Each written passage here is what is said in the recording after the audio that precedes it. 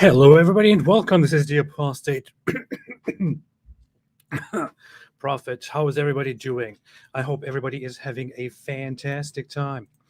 Um, I know. I just want the music to go on forever, right? It's like it's beautiful. It's the best thing ever, best intro ever. I just want it to continue without interruption. It's amazing. I know. I know. I know. Yes. Congratulate. Thank you. Thank you. Congratulations. Yes. Thank you. Thank you. Thank you. Thank you. Thank you. Thank you. Thank you. Thank you. Oh yeah. I don't know. I kind of wanted to bring on some guests today. And I reached out to a few people, not too many. I said two. Um, but I could have a few people on. Unfortunately, David cannot be with us today because he said he's very he's upset because I have 400,000 subscribers now and he has only like I don't know 60,000 or something like that. So that's why he doesn't want to come on because he's a weakling. But I would actually extend my invitations to others. I was just very busy, which is why I am exceptionally late today. Like I'm never late. Okay, yeah, I'm inviting a few people on here. Also, I can take some calls. Maybe I can take some calls after a while. I can take some calls. I can have some people here join me, and I can answer a lot of super chats. I can answer a lot of. If you want to actually, if you want to support the channel directly, just use. Nah, just use pay. Just use super chats. It's fine. I will read all of the super chats. I will celebrate all of the super chats. I want to go through some videos, review some very nice things that I've recently seen. Try some new things. Plus, because we just reached 400,000 subscribers, and this is a new milestone. I feel like branching out a little bit so that we can, you know, so that the channel can become more self-sustaining, more sustainable, more lucrative. And one of the ideas that I have on my mind right now is a webcam business, which I'm thinking of starting because it's very much in fashion right now. It's not a problem anyway to anyone. Together with also a members only club where you pay thousands of dollars to learn how I run my webcam business and how you can do that too. That's one of the options that I have in my mind right now. Tell me what you think about that idea. And give me a second. Let me invite some fun people here. Yeah. Let me invite Mike. I bet everybody's busy now. Yeah. So, what? No, I don't know what you're talking about. Yeah, it's going to be a. I'm going to offer a PhD course here. Uh, 400K. The Matrix failed, bro. Congrats. Thank you so much. I appreciate it. I appreciate it. Um, where are these comments? Where are these? Next Highlander made a $1 super chat. Thank you so much. I appreciate it. I appreciate it. St. Miles said, unable to sit and watch the entire live show, busy helping relief work. Just want to congratulate you on your 400,000 subscribers. People in the chat, you need to like, share, and invite your friends to subscribe. And then those emojis, which unfortunately I can't put on the screen here because of the different software. But hey, man, thank you, St. Miles. I appreciate it very, very, very, very much. Thank you so much, always for your support, for your contribution, for your participation, and likes and shares and subscribes and everything that is here. Infidel Noodle. Well, I have to check if it's the actual Infidel Noodle here. I have to message her. Infidel Noodle. If it's really Infidel Noodle, message me. I have to know if it's you or not, because sometimes a few weeks ago, a while, I don't know if it was a few weeks ago, maybe it was months ago, I don't know, but in the chat, Holy Humanist Nuria Khan appeared, and I'm like, oh hey, hi, what's up, how you doing? And then at the same time I'm receiving a message on my phone from Nuria Khan, and she's like, hey, that's not me, just so you know. That's somebody pretending to be me. I'm like, wow, okay, man, people are weird. Okay, I'm going to message Infidel Noodle now and see if she responds or not. I bet she doesn't respond. I bet that's actually not her. Okay. Nobody. Okay, message to her. All right, all right. Thank you, Sam Osman. Thank you so much. I really appreciate that. Stop Scamming Man said you made a good point about there being no hadith sources saying Khadija was 40. Also, how many 40-year-old women proceed to have 6 kids? It's a funny thing, right? That's the video that I think I appreciate for the content that I made. That I made. Oh, okay. Infidel Noodle just confirmed to me that it's actually her. Hey, do you want to come? Do you want to come on the stream? Are you available? Do you want to come on the stream? Why am I not talking? I can just message you here.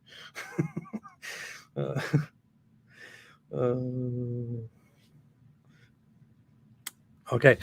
What was I just saying? Oh yeah, the video about Khadija. I noticed, like, I thought about how Muslims, or some Muslims, try to dismiss the whole age of Aisha.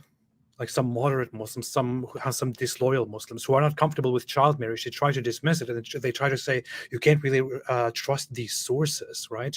But nobody ever says that about Muhammad's first marriage to Khadija, which happened when he was allegedly 25 years old and she was 40 years old.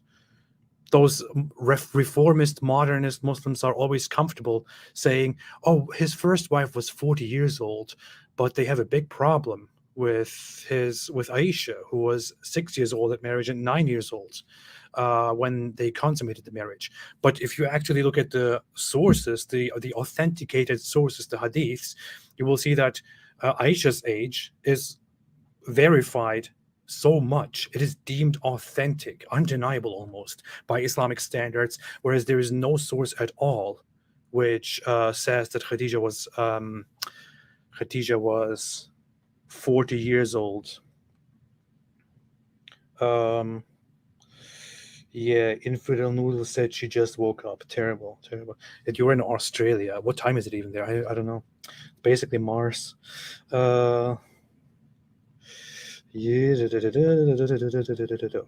Okay. So yes, that's one of those things that I wanted to quickly address here because somebody brought it up. I didn't even think about it. Stop Scamming Man said, I already read this. If David was here right now, he would be like, you already read this. Why are you reading the same thing twice? 100K more till the mandatory podcast. Mandatory podcast. You mean I'm supposed to do an actual podcast on the side? I'm supposed to start doing a regular podcast where I have like long format episodes where I invite people and speak to them. That would be very nice, actually.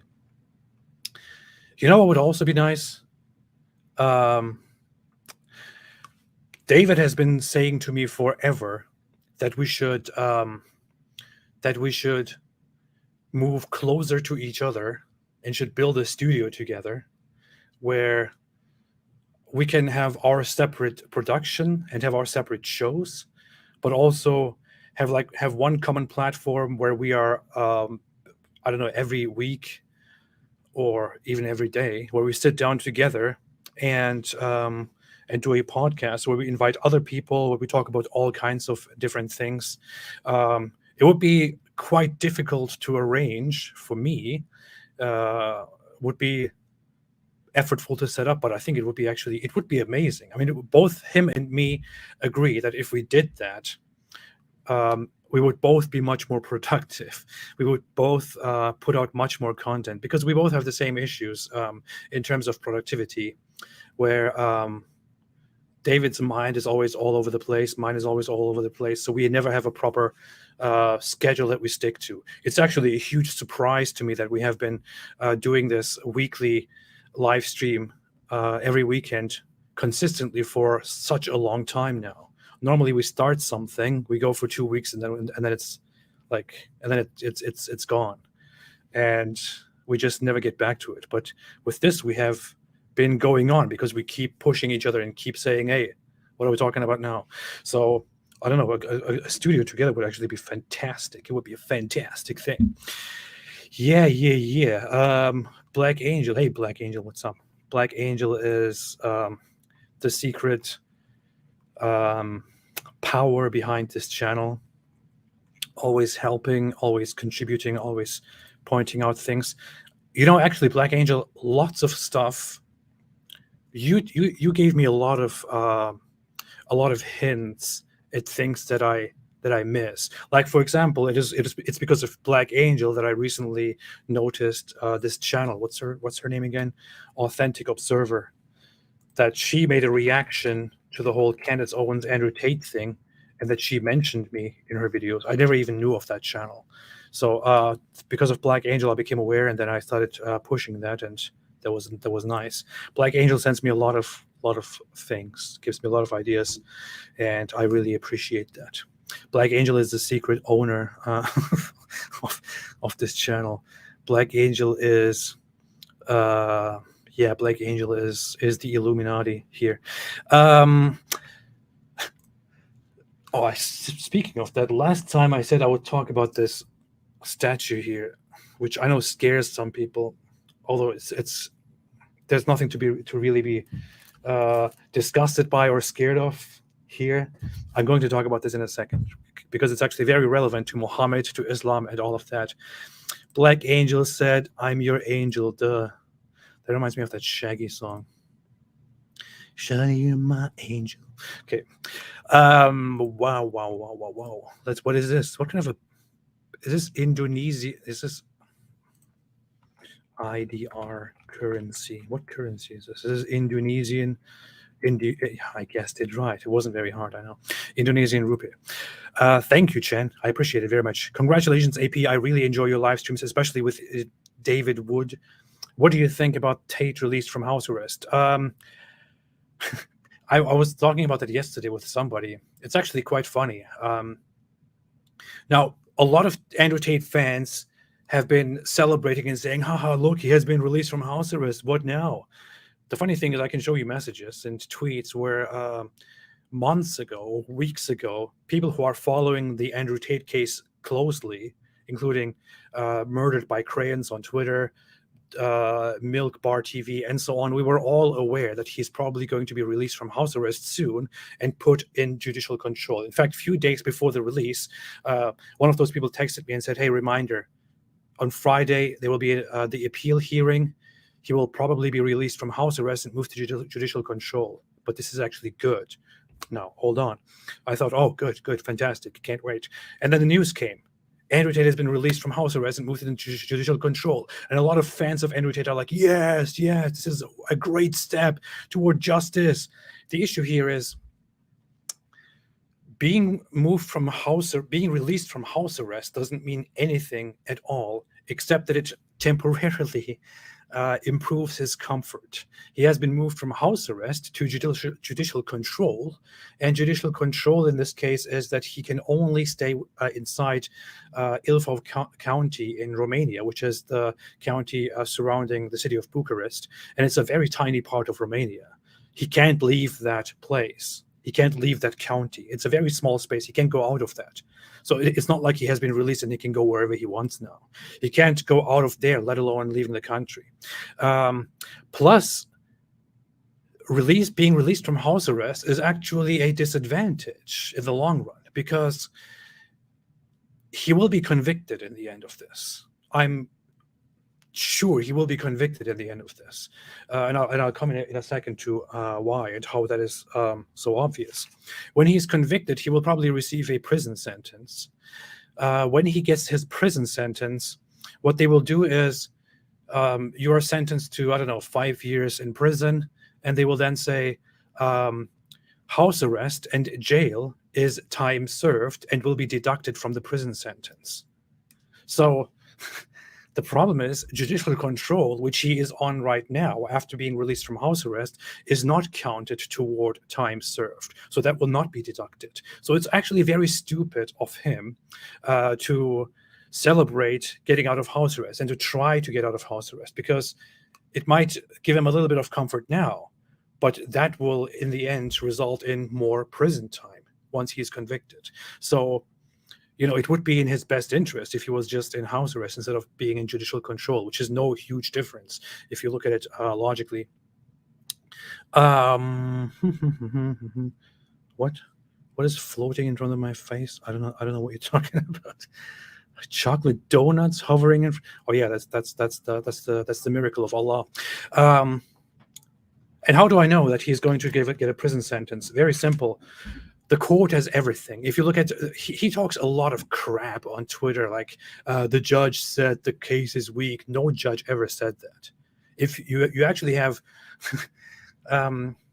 notes of everything that the judges said in the appeals, the judges said so far that none of his excuses seem plausible, that he was playing a character, that he wasn't really meaning it, that he was just doing it for publicity. None of it really seems plausible. The evidence is very strong. The only reason he was released from house arrest into judicial control is that they were able to properly convince the court that they are not going to flee the country and they are not going to tamper with evidence and with the witnesses, which is why they were like, okay, fine, okay, we release you under these circumstances. He cannot talk to any of the witnesses, cannot talk to the other defendants, and cannot leave this county. No judge would ever say the case is weak. He is full of crap. He lies about it all, and it's just incredible, because in the end that will all get back to him in court. When he is before the judge, when he is on trial, the prosecution will do something very simple. They will ask him the question, when you approached and established a relationship with victim X, what was the purpose behind it? Was it to establish an actual love relationship, or was it money? Of course, Andrew Tate will be prepared and will say, no, it was actually just a relationship and this and that. And then they will play the video. In the video, he clearly says that the whole purpose of approaching those girls is to make them work on webcam so that they can live with him at home and make him money. And he has sex with them so that they obey him and love him. They will play that video. In that video, it will be very obvious what his purpose is. His purpose is, as said, to recruit them and use them as cam girls. They will play that, and there will be no denying of that at all. The only way that they could deny this, they have already tried it, as mentioned. They tried saying that he was just playing a character. The judge didn't buy that, and they will certainly not buy it on trial. So once they play that, there will be no way out. Once it is established that he did indeed approach those women with the sole purpose of recruiting them and moving them to his house and making them obedient so that they could make him money, it will be established that this fits the definition of human trafficking by Romanian law, by European Union standards, and by United Nations definition. And that's done. And there comes the conviction. And for those who say, but that's not illegal, it is illegal. It is illegal. It is by definition illegal. If you wonder how, I don't blame you. We made live streams on this with David. I posted stuff on Twitter on this. I made videos on this. By UN definition, if you recruit people through deception, fraud, and other means or force for the sole purpose of exploiting them through sex work or labor, but you give them false feelings and false promises and false marriage and so on, that is by definition human trafficking. It sounds pretty simple here, but if you think about it, he approaches those women with the inherent intention of recruiting them, lies to them about false feelings, proposes marriage, he forces them over. He brings them over, then applies all kinds of different methods in order to, as we have in leaked messages, to starve them, to leave them there dependent on him, to make them not go back to their homes by making up lies about how people back home want to harm her and things like that. Then uses his bottom bitch, as he calls them. He uses pimp terms to manipulate these girls thoroughly, to tell them that they need to become stable, they need to work, they need to do something because Andrew Tate cares so much about them. They need to repay him somehow.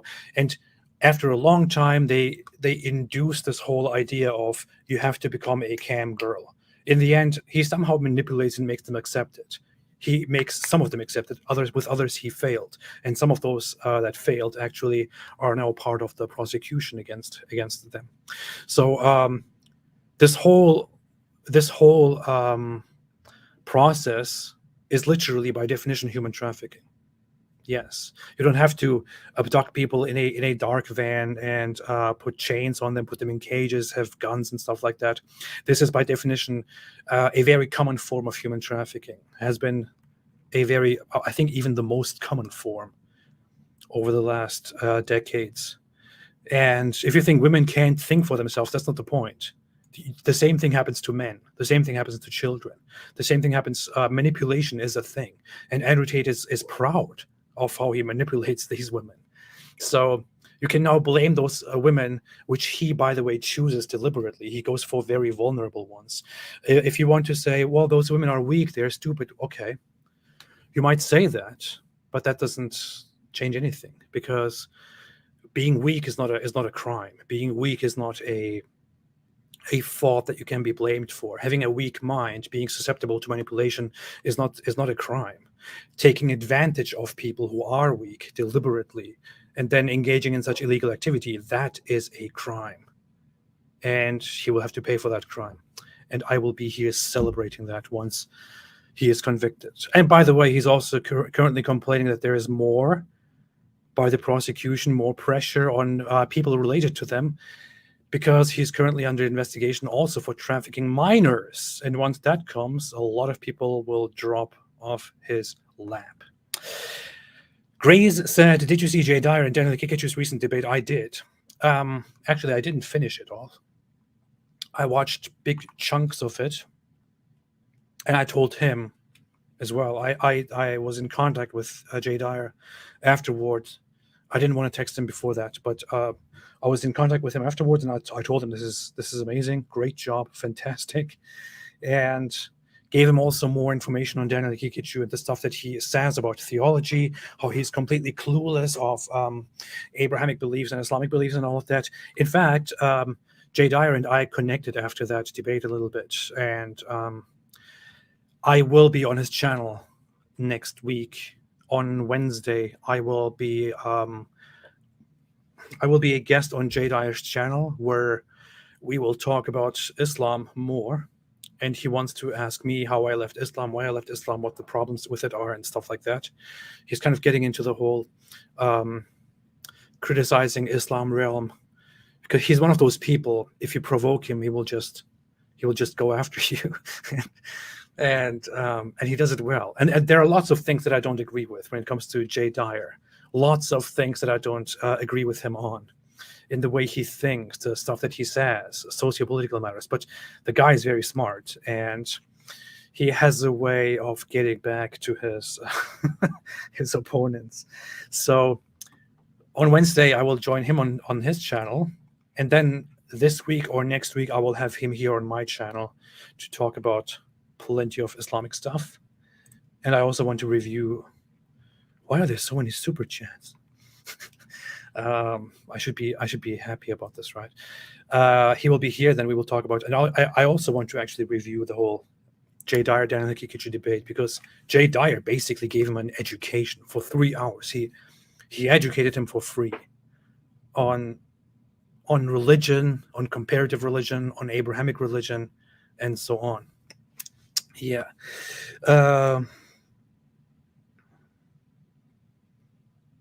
Okay. I might actually take some calls later, you know. Let's see.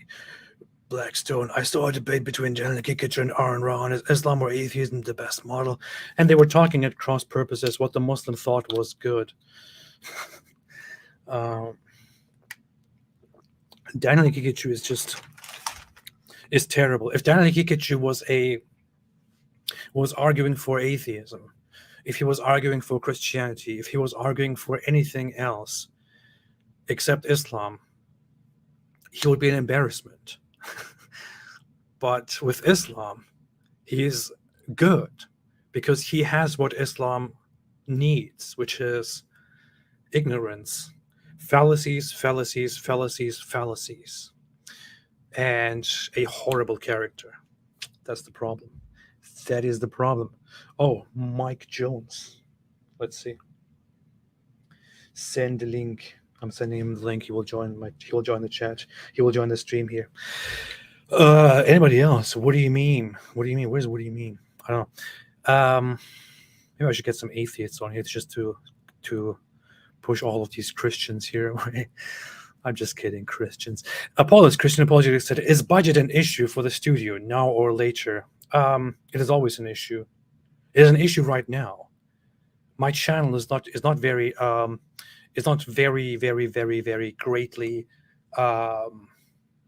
self-sustaining. It is hard to sustain this stuff. I also disappeared for quite a while because I wanted to look for ways to make this channel more self-reliant. I got a little bit discouraged when I finally got a sponsorship, and then the sponsorship didn't work out, and I was like, oh, screw this. And yeah, that's why I need contributions. I need the help to keep the channel stable and live and survive. It'll work out. It'll work out. Stop Scamming Man said, and I said, I'm also branching out now, and I will get into the webcam business and start employing some webcam models and stuff. So it's going to be good. Okay, Mike Jones is coming in 5 minutes. Good. Let's see. Stop Scamming Man said, Ibn Sa'd, in Ibn Sa'd's 8th century biography of Muhammad, Aisha was criticized for how she positioned him when he died. She said that she was blameless due to her extreme youth at the time, and this was about 12 years after marrying him. Yeah. Although, I don't know, I have issues with that a little bit. I don't have any really issues with that because she was she was like 18 years old when he died, and people thought then that she's young and dumb, according to the biography. Then at 18, she got married to him when he was 6 years old, and consummated the marriage when she was 9 years old. Pretty messed up, isn't it? So when some Muslims come and say, oh, things were different back then, people used to mature faster back then, it's nonsense. It's nonsense. That's completely baseless. I have slow mode in the chat, and slow mode is I put the slow mode on 9 seconds because of the age at which Aisha's marriage was consummated with Muhammad. Yerevan said, is that how I say it? Yerevan? I don't know. In Czech, do you say it differently? I think it's the yeah. Please tell Infidel Noodle to make more content. She's very talented, but also very lazy. She just has she has a different focus on different things. She has a different career, a different job, different things to focus on. Plus, she doesn't have the luxury of just going public and putting your name and your face out there like me. She doesn't want to sacrifice everything. Plus, as a woman, it's always more difficult to be an activist and to create content about stuff like this, about Islam, because I get a lot of hate. David gets a lot of hate, but women get much worse, really demoralizing stuff. And my inboxes are spammed by people who say stuff like kill yourself, kill yourself, kill yourself. The women get photos of people's penises together with rape threats and things like that. It's really messed up and takes a lot of energy and a lot of willpower. So much respect to those who do anything at all. And yeah, here is Infidel Noodle. She said, I work full-time, guys. Yeah, she's not lazy. She's working full-time. I work full-time. Yep. Infidel Noodle. Okay, I already read this. Thank you.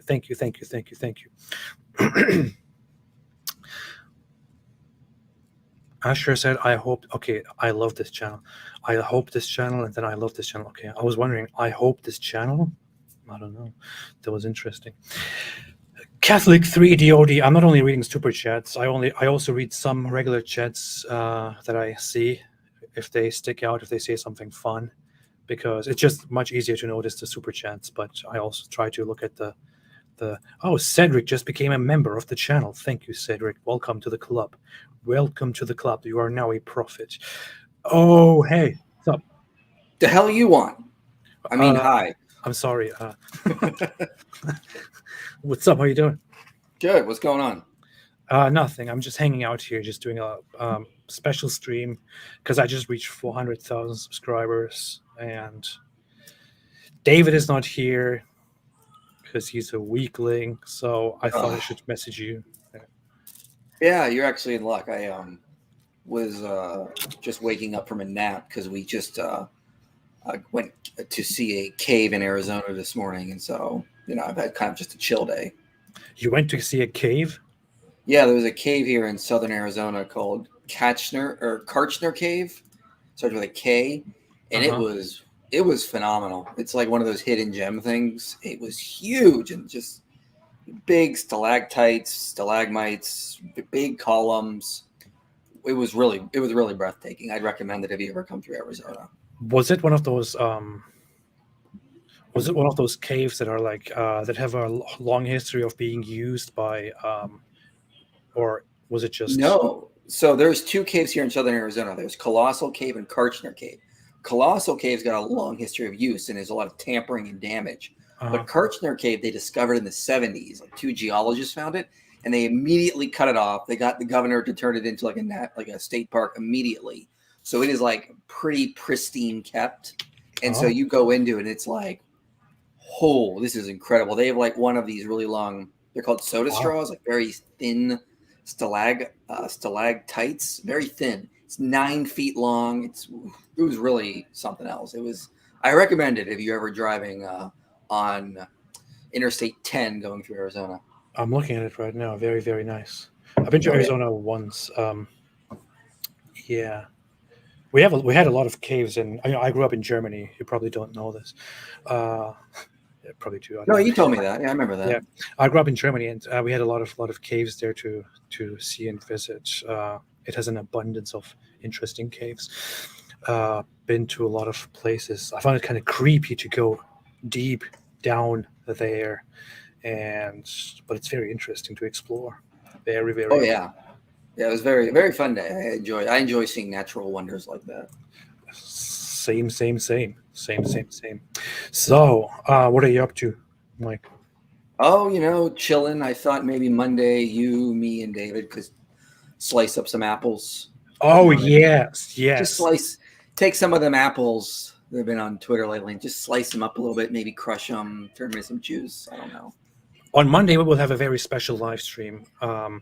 It will be Michael Jones, David Wood, and me together on this channel, and we will go after something completely different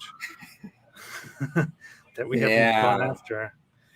And well, the more they push me, the more I want to go after them. These people don't realize if they just didn't bother me and just like ignored me, I probably would just move on. But because they got to push, it just makes me want to go after them. Yeah. So recently we talked about a lot of. I talked on this channel a few times about certain people who are neo-Nazis, including Nick Fuentes, also in relation to Sneako, and they just caught our attention recently. And Michael Jones, he got really angry because of the presence of Nazis on Twitter, of actual Nazis, of people who really promote Hitler, who promote Nazi ideologies, who basically say there is nothing wrong with wanting to bring back fascism and eradicate or kick out all of the Jews and stuff like that, or do like white separatism and things like that. So he got really angry with this, and I was angry with this long ago anyway. And well, there's a new movement in America. It's called Christian nationalism, and it's starting to get a little steam. And when I first heard about it, I looked at it and I was like, "Oh, this is pure evil." I did a video like a year ago called "Does Christianity Cause Christian Nationalism?" arguing that it doesn't, because actual studies are published on it. But I was calling this out like over a year ago, and I'm glad I did because it's not good and it's not Christianity at all. It is some abomination that just likes to take Christian symbols and reinterpret them in nationalistic frameworks. There's actually what's it called? Somebody who shares your name. E. Michael Jones. Have you heard of him? I've heard of him. Yeah.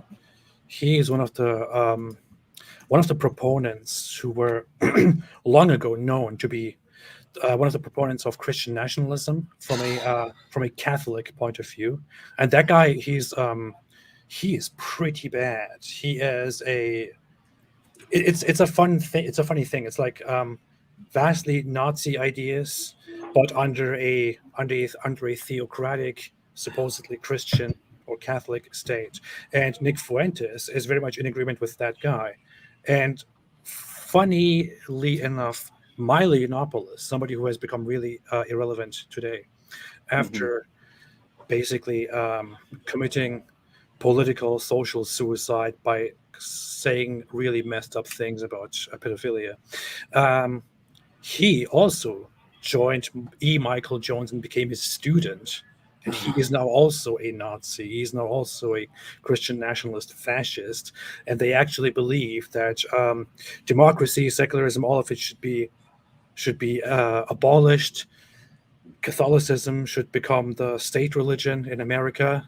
Fascism should be established. These parties should all be removed. Speech must be restricted again. Races must be separated. Certain minority neighborhoods should be cleaned out by deporting these people or putting them somewhere else. And of course, not the Jews always. Yeah, and if you would have told me that 2 months ago, I'd be like, oh, you're exaggerating. And then I watched, people kept telling me, because I was attacking Fuentes, I'm like, this guy's crazy. And they're like, he's a nice guy. Watch one of his speeches. So I did. And if you wanted me to like Nick Fuentes, you should have told me to never watch his speeches, because many of the things coming out of his mouth were literally Hitler. Like, it was like anti-Jewish, we're going to take control. And it's like pushing these nationalistic policies to sort of get government control and take wealth from the Jews and kick out the immigrants. And I was like, this is fascism. Like, oh my God, do we got to stop this? And so, yeah, they may have awakened something in me. I'm not going to be nice with them. The Real Masker said Michael Jones versus Michael Jones win. Bring it. I don't mess around. I will take on the fascists any day. I'm a World War II buff, so I am all for stopping fascism as soon as possible before it ever gets off the ground. You know what's the really messed up thing? Wait a minute, who covered this? What was that? Israel Advocacy Movement or something. I think they did that.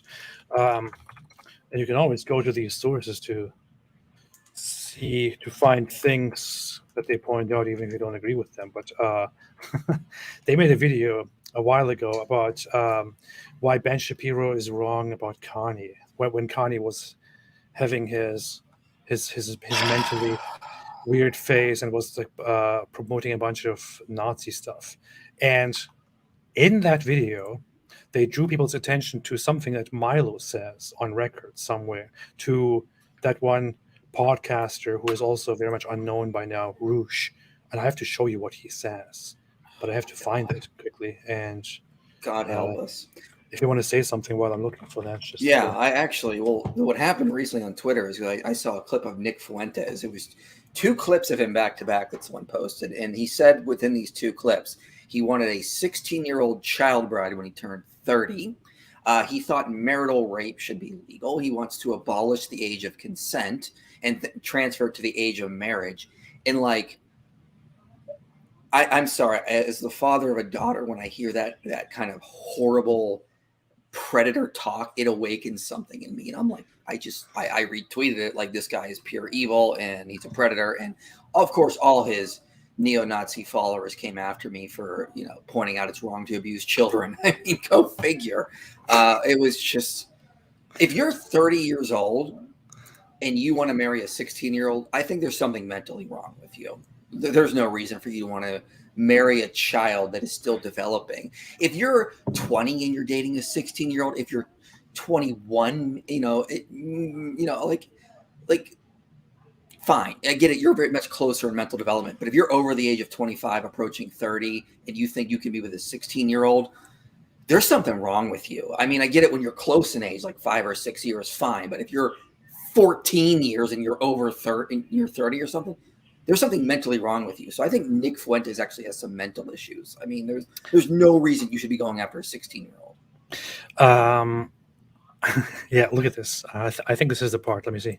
Team Kanye in their own words. But I would say that the Jews had better start being nice to people like us, because what comes out of this is going to be a lot uglier and a lot worse for them than anything that's being said on this show or has been said on this show. I draw a quite crisp, clean red line between Orthodox Jews who actually practice their faith, who seem on the whole to be thoroughly decent people to me, and secular liberal Jews who, as far as I'm concerned, should all be hanging from City Hall. Anti-Semitism. Did you hear that? I'm gonna fucking lose it. Like, oh my god! Did you hear what he just said? I get, oh my god, these.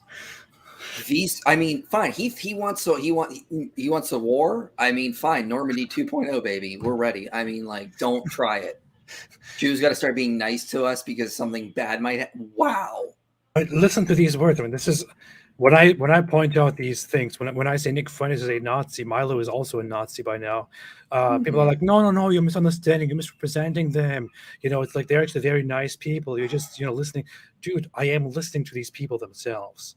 And this is, I'm only playing this part right now because these guys actually put it out here, and this is what I remember. Yeah. I watched that whole Rouge Milo conversation where this is from. I watched quite a bit of Nick Fuentes' America First shows. I watched his interview with Pearl, where he says some really messed up stuff, including he praises Kanye for saying something super awesome, which is that Hitler especially just did great things.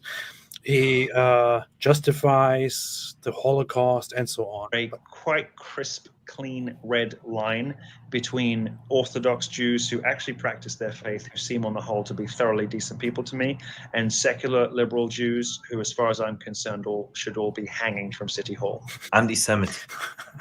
And this is the kind of stuff that that these people say. And some people say Milo is a Jew himself and stuff like that. It's actually not true. And I also know this because I sat down and listened to that whole conversation between him and Rouge. And in that conversation, Milo says that in the past he did say that he's half Jewish, but that this is actually not true because he thought he was half Jewish because his mother, who is a pathological liar, told him that they are part Jewish. But it turns out that it was all a lie. So I'm glad that I'm not Jewish or something like that, he said. So oh my god, he doesn't have that excuse anymore either. So if fascism starts to rise again, I'm joining the resistance. I'm not kidding around. This is not a joke, and these nut jobs need to be stopped before it gets out of hand. We know what already happened once, and we said never again, and by God will I live to that promise that our forefathers made. Because in all honesty, I think if you ask me about Nick Fuentes, I heard somebody else say this recently, but he has pretty much come to the cap of his reach, of his popularity. I think he can go very much further from here. I don't think he can get anywhere. He's just the fringe, unpopular, edgy guy that young people join in his speeches because they think it's cool to be a Nazi, but then they get over it and start doing different stuff, and he's just taking advantage of that crowd. And we see him now because people like him were around in the past. Now we have social media, and people like him can be seen by everybody on the internet. Before this, they were just in these trashy buildings, gathering with people and drinking beer all day. And I don't think that that their movement will get anywhere. I don't think they will become popular. They will just stay a joke. I hope so. I just don't like taking chances with fascists. If I see even a hint of it, I'm like, yeah, we need to snuff that out as quickly as possible, just in case. Yeah. I think one of Milo's parents is Jewish. No, I just addressed that, Morgan. He clarified on Rouge's podcast that is actually not true. So that's not true. That's not true. Blue light in your background means you are a Democrat. Yeah, of course. That's what black light. That's what blue light always is. Does the red blanket mean I'm Republican then? I guess because. Of course. That Oh, makes sense. okay. That makes sense. Absolutely. Let's see. I want to. Sters said, AP, when will you continue the Prophet Tales series? I really want to continue that. I really want to get back to that. I really want to do that. I have a lot of stuff on my mind. Once I can get it together and can become productive again and can become self-reliant again, I will do that. That was a very funny series, and I need to do that. That's very funny. Did you ever see my first episode of the Prophet Tales? My cartoon. I don't think I've seen the first episode. I know I've seen some of them, but I don't know if I've seen the first one. It's actually just one episode. So.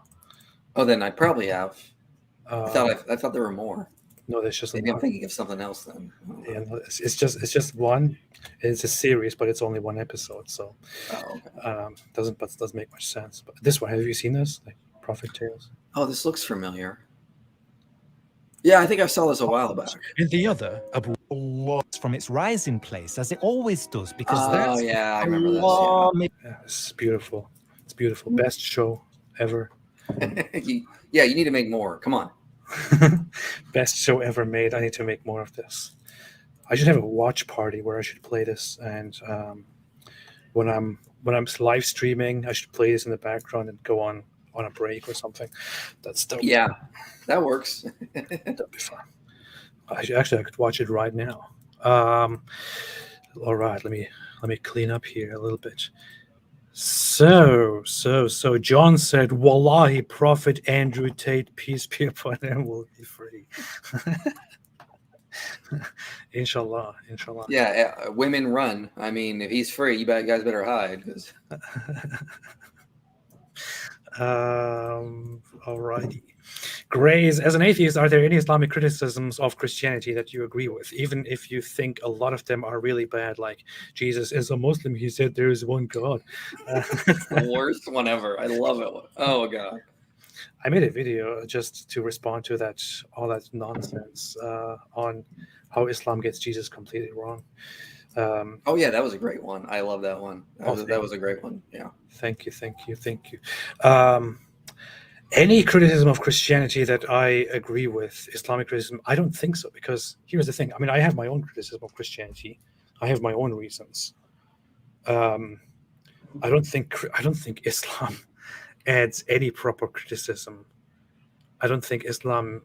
I was going to say, since you're an atheist, you would deny the resurrection, but I realized that would be your own like atheistic criticism. Yeah. Islam goes further, and they say Jesus wasn't even crucified, which is bonkers to historians. Like it's laughably false. And when you see Muslims, like I dealt with a couple on TikTok recently trying to defend it, they're like, well, in the Psalms it says that God will save his anointed, so therefore that must be a reference to the Messiah and avoiding death. And it's like, guys, if you go to Hebrews, it talks about Jesus dying, and it says that God saved him from death in this sense of resurrection. So you can't make those. But even in the Old Testament, priests, prophets, kings are all called the anointed. It's not until like the Second Temple period that we start seeing the anointed referred to Mashiach, the Messiah. So when you're reading in the Psalms and you see the word anointed, that's not a reference to the Messiah. That's a reference to a king maybe, or just someone that could have been anointed by God. But there is nothing that Islam offers in terms of criticism of Christianity that I could agree with. I mean, it says it even offers false criticism. It says, "Did you say to them, 'Take me and my mother as deities besides Allah'?" Who exactly is doing that? Yeah. So way to go, guys. That's what the Quran says. For those who don't know, it actually says we should eventually do some sort of skit where it's like we're all at the last day before Allah on Judgment Day, and he says to the Jews, "Why did you believe Ezra was the son of God?" "We didn't." "Yes, you did. Muhammad said you did. He's right over here. Get the book. Put it in my right hand, Gabriel." "What do you mean, which right hand? Just give me the book." You know. David and I had the idea of going to some gatherings of Jews and just going around with a camera and just asking people, so why do you say Ezra is a son of God? Why do you worship Ezra? Oh, that'd be brilliant. Yeah. Just to get the reactions. Or go to Israel and say, why do you worship Ezra? Why are you doing this? Why do you say he's the son of God? This talk of Bart Ehrman reminds me of a very fun video that I once put together, which I always find a pleasure to watch. Oh yeah. What does it mean to be unreliable? Muslims believe in Jesus Christ. There's a lot of interest, I think, from the Muslim community, and many Muslims feel that your conclusions, your historical conclusions of who Jesus Christ is more commensurate with the Muslim idea than it is with the Christian one. I wouldn't say that they line up well with the Muslim view. I really do think Jesus was crucified and that he really was dead and buried. I'm not interested in whether Jesus was the son of God, because I don't think there's a God. And so my understanding is that your conclusion is that Jesus Christ was a messianic prophet. I think he thought that he was a son of God in the sense that he was specially chosen by God. I think Jesus really did think he was going to be the Messiah, the future king of Israel. I mean, that is, after all, why they crucified him. I think that that's historically right. I think that all of these gospel authors, I think all of them think that in some sense, Jesus is God. If you think that the Bible cannot have any mistakes in it, if you're shown a mistake, then you just refuse to admit it's a mistake. You think either it can be reconciled in some way, or that there's something we just don't understand about it, or we have and in the Quran it's mentioned, if this book was from other than God, they would have found in it many contradictions. If a book is without contradictions, that has no bearing on whether it comes from God or not. I've had phone books that are inerrant, but I certainly don't think God gave them. So, no, that is my view. I love that line that he gave to. I just love how defeated poor Muhammad Hijab looks. Just like, why did I bring this guy on? What have I done? No.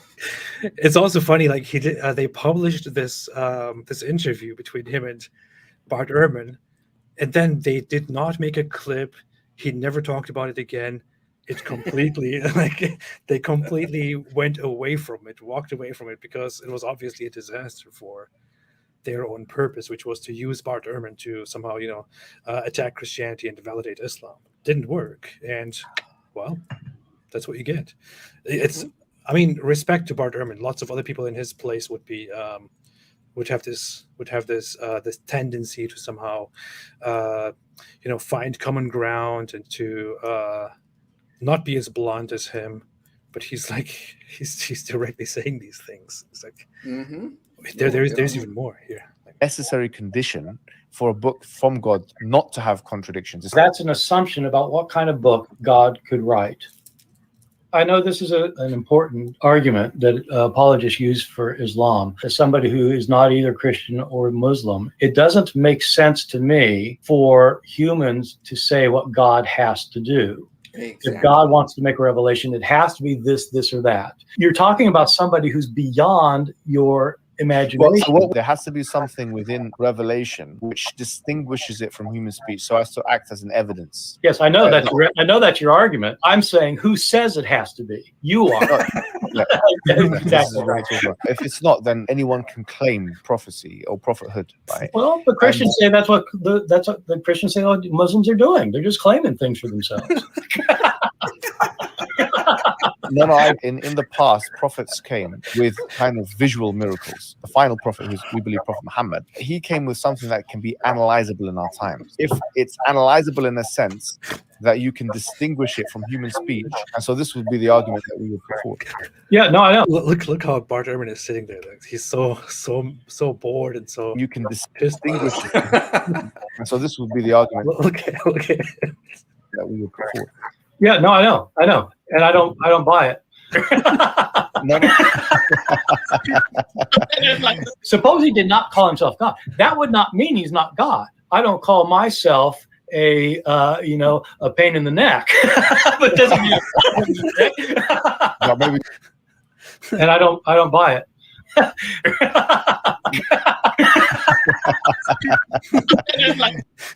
Smoked him. I loved this, man. I had so much fun putting this together.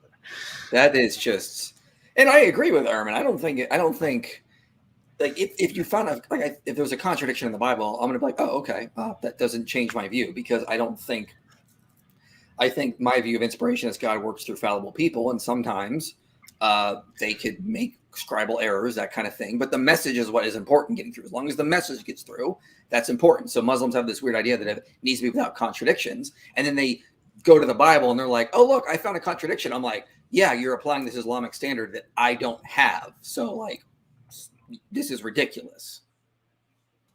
Yeah. Sorry, I'm distracted for a second here. All right. Unapologetic Apologetics said, "Hey AP, congrats on the 400,000 subscribers. It was fun talking about beauty with you while eating steaks. Praying that your channel keeps growing." Yeah, it was a lot of fun.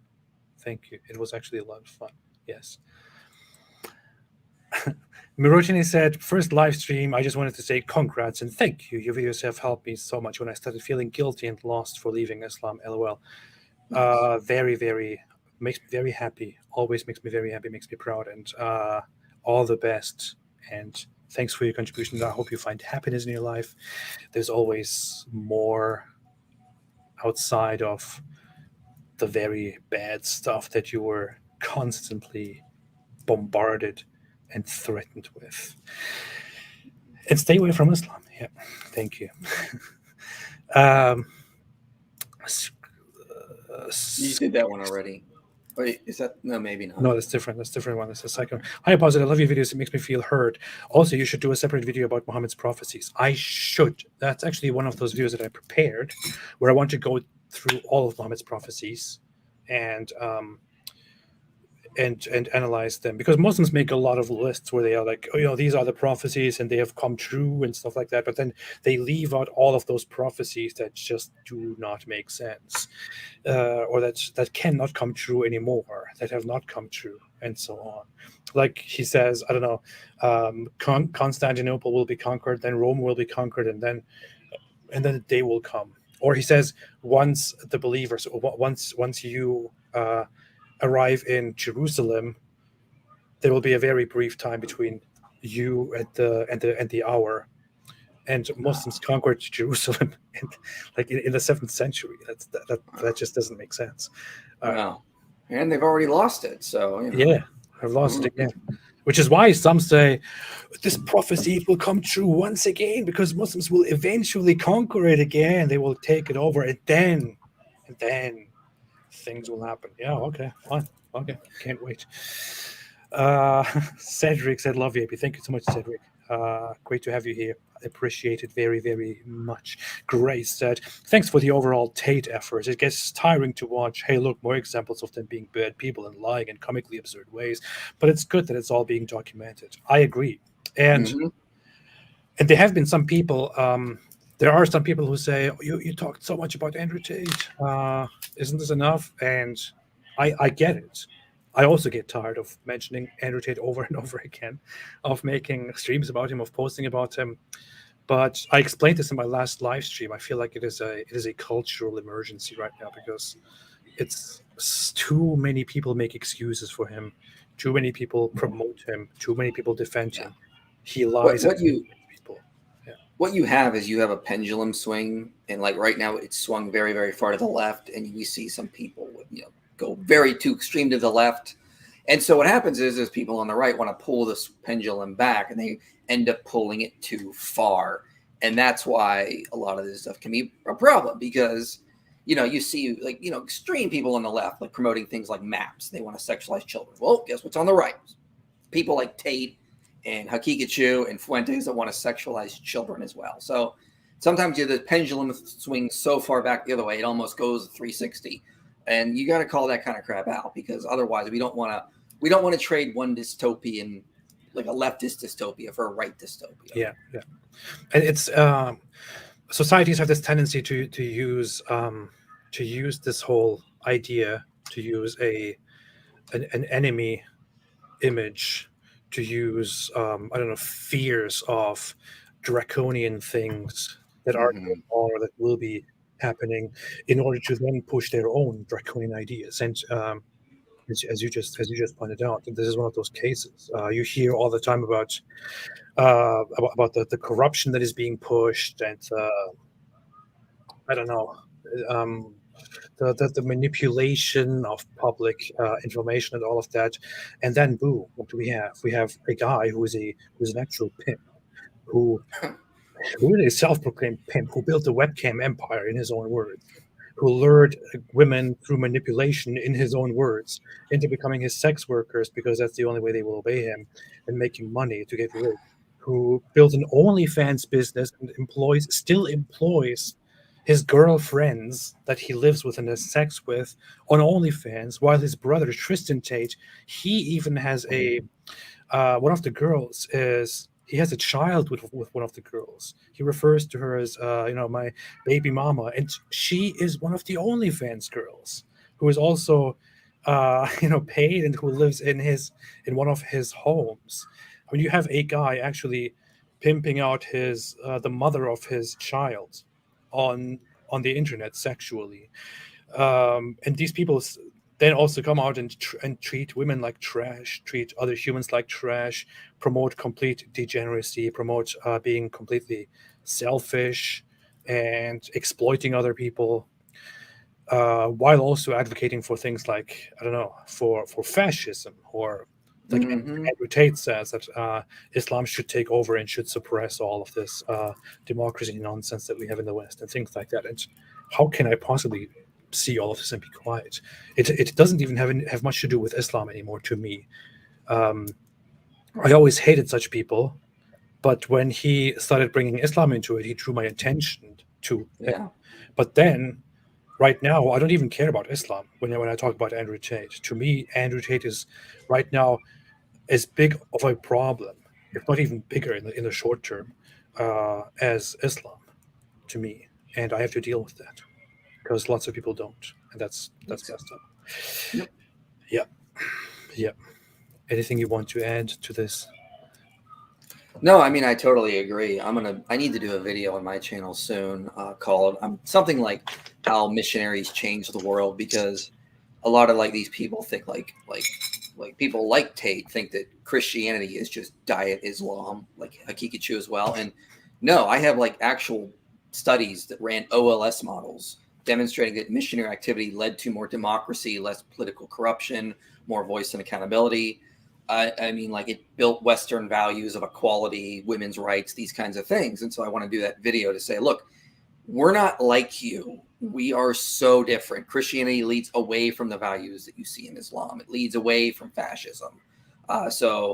And then I did that video a while ago called "Does Christianity Cause Christian Nationalism?" and showing that studies have shown that people like Fuentes or people that follow him are actually the least churched individuals. They're the least religious individuals that identify as Christian. So that's something I eventually need to do on my channel. Yep. Tulk said, do a live stream with Sam Shamoon, please. Maybe at some point. I'll see. He was complaining about that a lot because I don't do live streams with him and do it with David instead. And yeah. Jay Bellinger said, I would have been one of the people who fell for the Tate Tucker interview if it wasn't for you and David Wood. Thank you for revealing my naivety. I have been inadvertently humbled by all of this. Thank you. I'm happy to hear that. I'm really happy to hear that. That's really humble to say. And that is, this is strength. This, in my opinion, is real strength. This is a really admirable quality, not the nonsense that Andrew Tate and people like him push, which is don't show weakness, be tough, and humiliate others and exploit them and be strong. And what color is your Bugatti? That's nonsense, man. That's nonsense. You build a whole image, a whole life, trying to impress other men while being so afraid of your own nature that you deny the very nature that we all have in common, which is the weaknesses in you. If you allow yourself to actually be honest to yourself, if you allow yourself to show your weaknesses and to acknowledge your mistakes and to improve yourself and to search for things, that is strength. That is real strength. That is real power, not the Bugatti which you get by exploiting other people and then bragging about how big your thing is. Yeah. Real alpha men don't try to become alpha men or talk about how much of an alpha male they are. Yeah. My father is an alpha male, and he basically lived his life as a servant leader and still does. So that is what an actual alpha male is in my view. I'm outside of the Greek alphabet. I'm not anywhere. So Doorknob had so many super chats because we get 100% pure apostate prophet, and we want to love you. Thank you. I appreciate that. More super chats. More. Feed me. No, thanks everyone. Thanks. I appreciate that.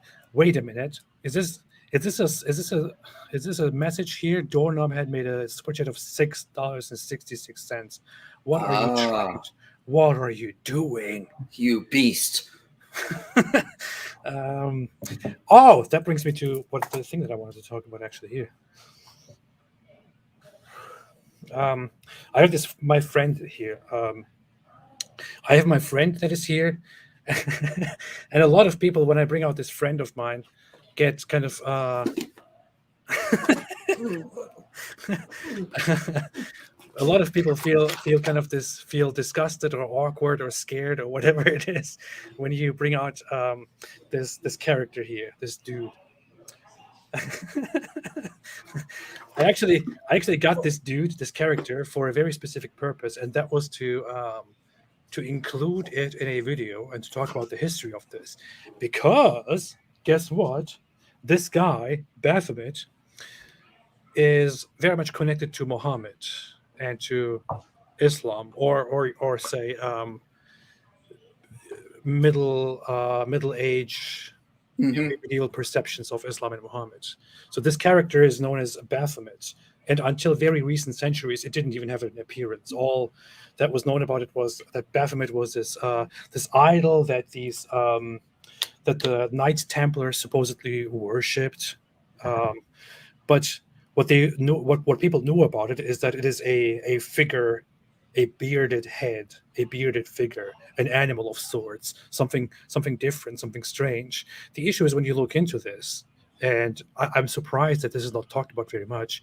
If you look into this, you figure out that the name Baphomet is in history first mentioned during the Crusades, during a battle where the chronicler writes down that the Christians were running toward the enemy and shouting out to Jesus and running to fight for the Christians, whereas the Muslims or the Turks, it says, were calling upon Baphomet. That's what the source says. And then you have it again. Several centuries later, you have another record in which, again, Baphomet is mentioned as this evil being that these Muslims worship. So, and then you have in French, it becomes adopted the pronunciation or the spelling of Muhammad as Mahomet becomes adopted in French. They say Mahomet or Bahomet in French because of a misunderstanding, because of a pronunciation, because of how the M and the B can have become mixed on quite a few occasions in Western Europe. And then during when was that? I needed to refresh my memory here, but you can look this up. I actually found the first information on this on Britannica, and then I went a little bit into the actual studies. Then I read a book and also watched an interview of a historian who deals very much with the Knights Templars trials, and he explains how the King of France, he was at odds with the Knights Templars, and his economy was really bad, and he had a lot of debt. He owed a lot of money to the Knights Templars. So, and people already had suspicions about the Knights Templars because the Knights Templars were established for the Crusades, to fight and gain land back from the Muslims, or to protect the Christian pilgrims when they go to the Holy Land. But they lost. They didn't serve much of a purpose anymore, and they kind of turned into a bank in the West.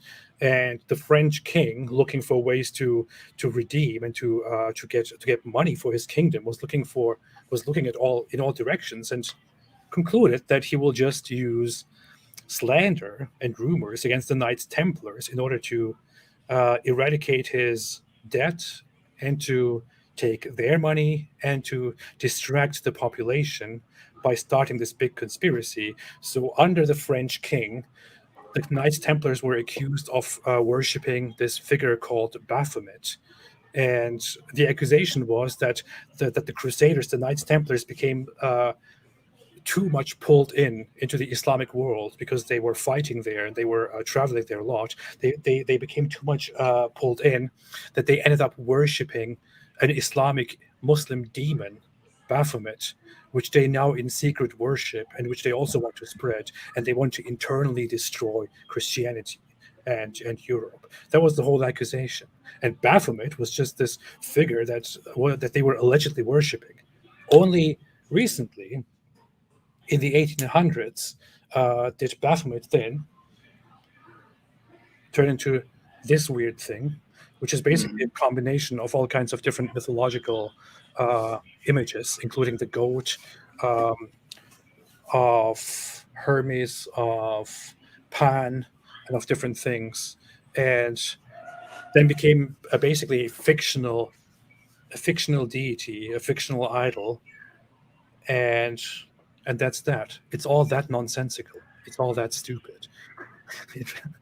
Yeah, I actually recently looked all that up, and you're right on it all, because people on TikTok were saying that that's Jesus because his fingers are pointing up like this, and they're like, and so if you look at the pictures of Jesus, his hands are like this, Yeah, and it means two Greek letters to mean Christ. Uh-huh. And so people were like, "Oh, look at Jesus' hands; the fingers are pointing up," and then people on TikTok were like, "Oh, see, clearly it's the same," and it's utter nonsense.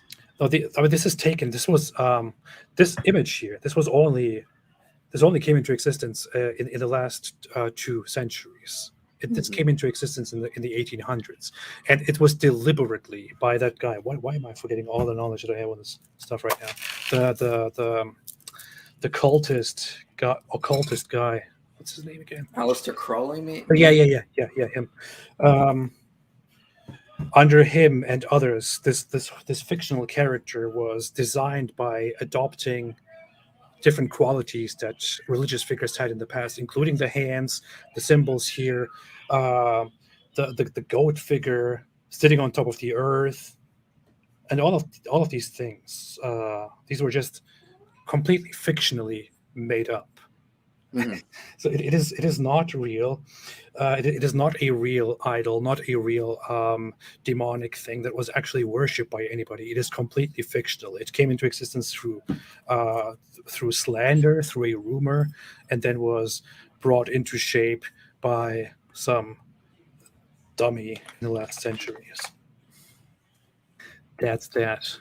But I want to put this in a much more eloquent way together into a video and publish something on that.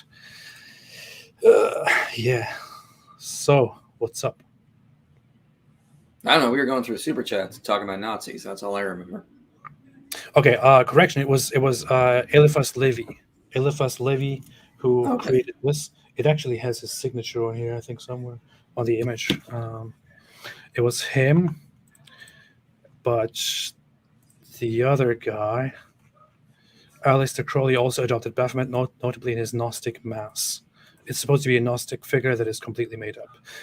In 1300s, Philip IV had the Templars arrested under the excuse that they were worshipping Baphomet, a bearded male head. And through torture, by torturing many of the Knights Templars, they actually made them admit that they are cursing Christ in secret, that they are worshiping a different deity and things like that. But the funny thing is, their testimonies completely contradict with each other on what they are worshiping, on what it looks like. And it's very obvious that they were brutally tortured into admitting that they are engaging in blasphemy, because the French king had to find a scapegoat for all the problems, and that's how the Knights Templars were eradicated after that. Lots of them were executed, and the Pope later abolished the Knights Templars. It's very, very messed up. And this is in French. this is also, it's funny, this whole stuff is the beginning of a lot of conspiracy theories in Europe, and inspired so many conspiracy theories, and it all started as a political problem by the frickin' French. Okay. All right. Snag35 Eric, have you seen the most recent Michael Knowles video? He calls Tate a degenerate pimp. He's at best, I think, an internet self-help guru scam artist, which is not much better than being a pimp. I saw parts of that one. I saw also his video before this. I really appreciate Michael Knowles calling out Andrew Tate and calling it as it is. I kind of feel bad because I very harshly called out Michael Knowles, Jordan Peterson, Matt Walsh, and Ben Shapiro. And Michael Knowles actually responded to me when I did that. And I called them all hypocrites and stuff like that. And then I don't know, maybe he got inspired by that. And then he started calling out Andrew Tate even more. But there is still one problem. He still gets something wrong. He says, okay, but it's one thing, it's one step to arrest Andrew Tate, but then why are we not arresting all of these others who run porn companies and things like that? And I just want to go through my screen and tell him, because that's not the problem. He's not being arrested because he does porn. That's not why he's being arrested. He's being arrested because of the way he recruited the people and made them work whom he had in porn. I mean, you could make a case that some of the girls in porn, I mean, there is research that shows a lot of the girls in porn have been trafficked at points in their life, or were part of that. But you just can't legally go after all the porn industry because not all of it is based on that. I mean, I would love to see porn decrease greatly in this country, but I mean, it's like one of those things. It's like once Pandora's box is open, like how do you go back now? It's a lot of work. Precisely. But yeah, I mean, what needs to be understood is you can have your problems with porn, you can have your moral objections and all of that, but it has nothing to do with the case of Andrew Tate and why he was arrested, why he's currently facing massive charges, and why he will soon go to trial and hopefully be convicted after a while. And just so everyone's aware, even if Tate gets off, that doesn't mean he is innocent. It means they didn't have enough evidence to prove beyond reasonable doubt.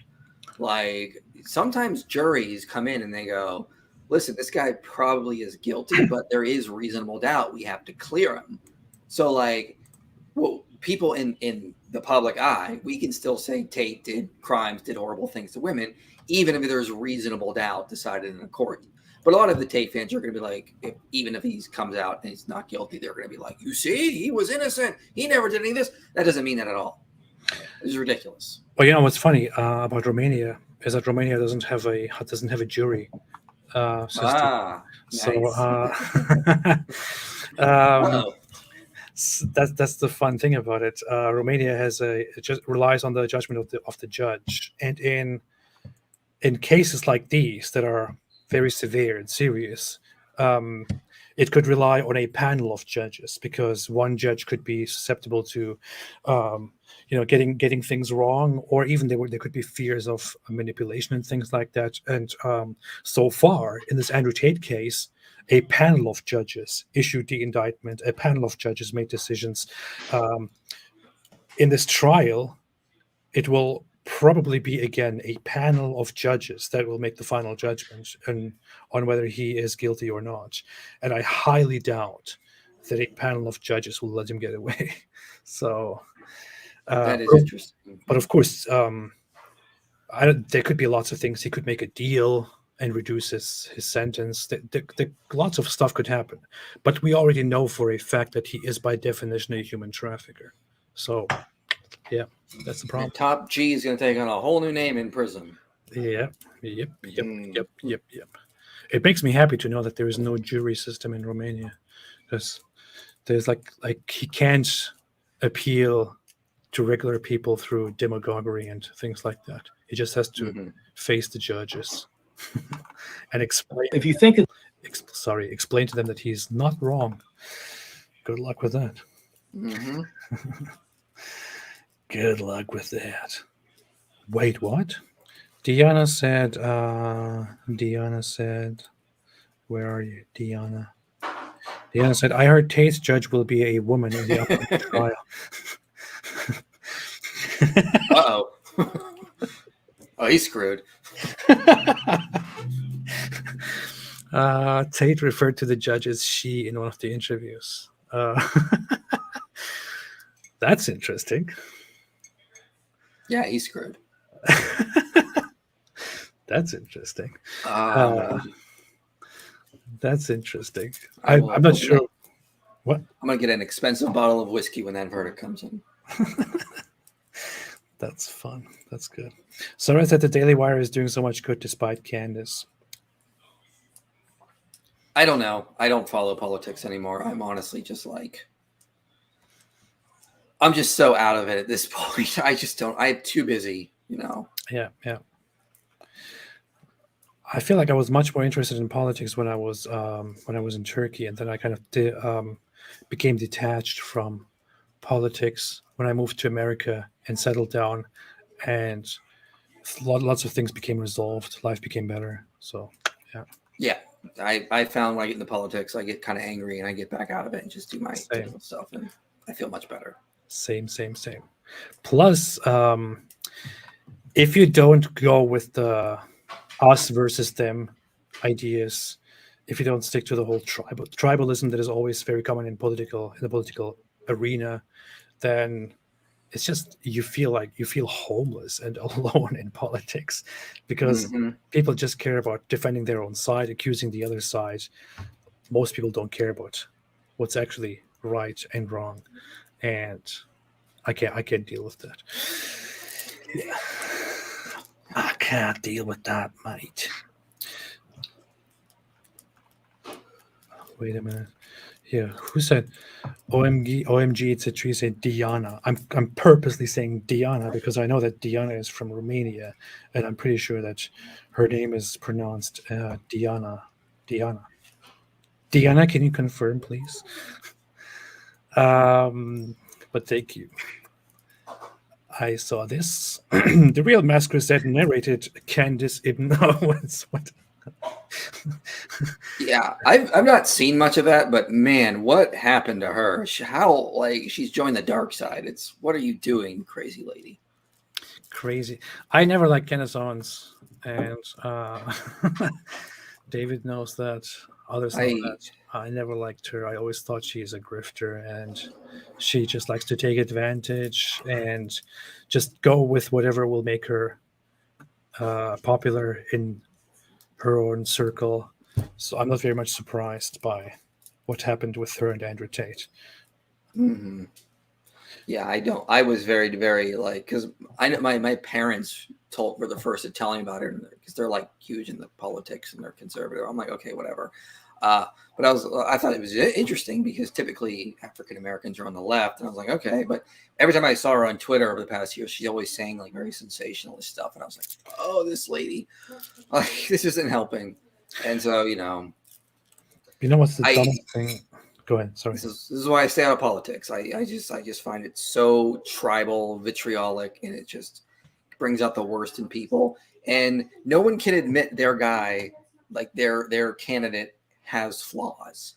Like, every candidate sucks in some way, but no one will admit that. And everyone is like, people hate saying I hate voting for the lesser of two evils. I'm like, that's what every election is.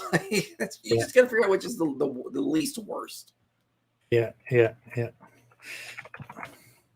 There's a very funny video. I don't want to make fun of Candace Owens too much right now, but I keep remembering this one conversation that she had with Joe Rogan, where even Joe Rogan, who is normally not very rude to his guests, couldn't help but make fun of her. And let me see. Why is this muted? Because I muted the tab. Great. Okay. So you think that the very few scientists that disagree with the consensus are the ones that are correct? Well, I think if something is, it's either subjective or it's objective, and their problem is with climate change is that, for sure, there has been ups and downs throughout the history with Dr. Robert Schoch. In 2014, the vast majority, 87% of scientists, said that human activity is driving global warming, yet only half the American public ascribe to that view. So, well, what website is 87%, and this is Scientific American. Yeah. Yeah, .com though, like 'cause that means it's making money. I don't trust that. If it was a .org, I would probably take that. But this is just a random website, and well, I don't Scientific trust American is not necessarily a random website. Yeah, I don't believe this like at all. Just so you know, You don't believe it like at all? I genuinely. Why in the world would you sit down and have a discussion about a science topic without knowing anything about it, without knowing what the Scientific American is, which happens to be one of the most popular, most credible science sources or magazines in the country, and you think you don't buy it because the website has a .com domain and not a .org domain. I can buy a .org domain right now for a few dollars. I can buy a domain called "Everything Here Is Absolutely True .org" and just put complete garbage on there. And apparently, Kenneth Owens would believe everything it says because it's .org and not .com. So yeah, I'm convinced so often people just don't. They have a story, they have a narrative, and they want it to be true. And they just don't change their views regardless of what the data shows. I mean, this is just unfortunate human nature in a nutshell. I have dealt with so many people on TikTok that believe wild and crazy things. And I point out how stupid and wrong it is. And they just keep believing it because they're not interested in getting to the truth. They're interested in being right. And that's what you see here. She's not interested in the facts. Yeah, and it's one thing to sit down and have an actual discussion about climate change, for example, among other topics.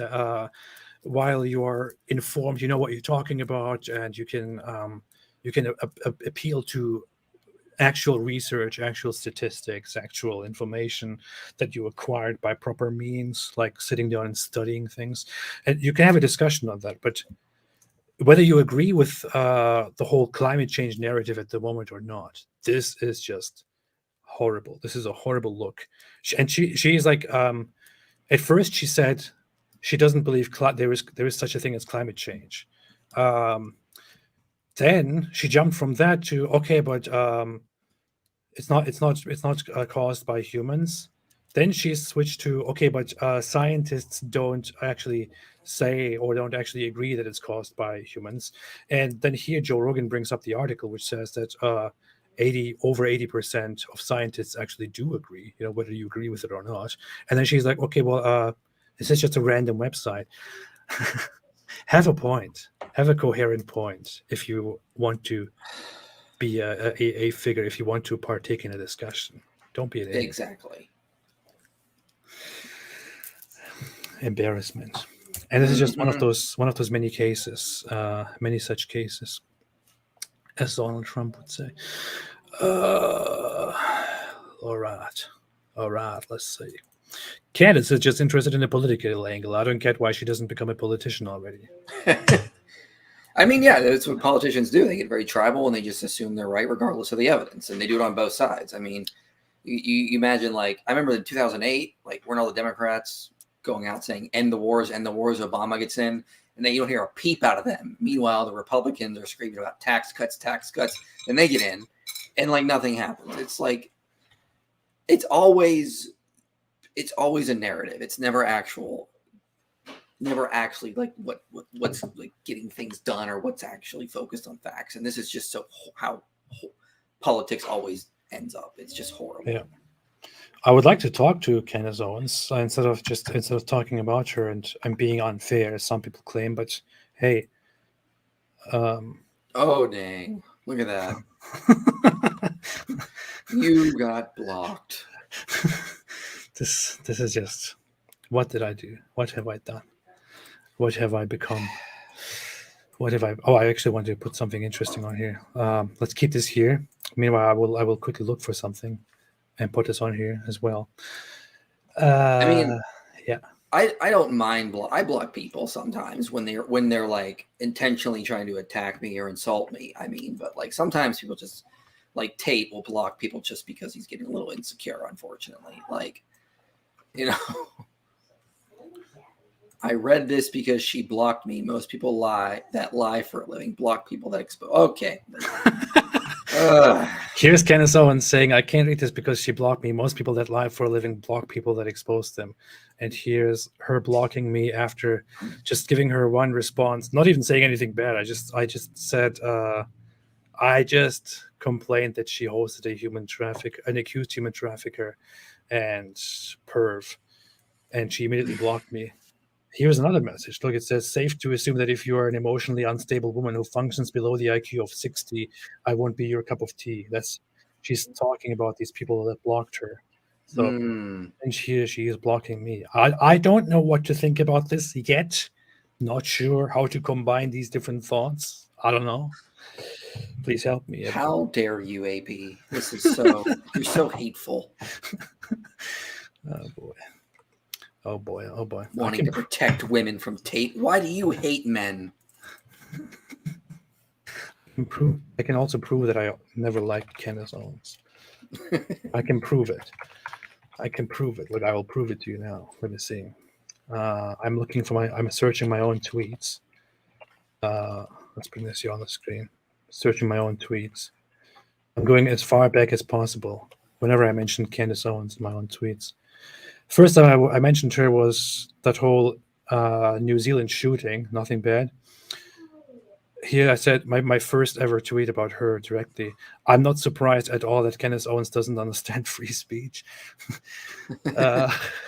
I will never understand why anyone is impressed by non-intellectual Candace Owens. I don't like Kenneth Owens. Kenneth Owens needs to shut up and let him talk.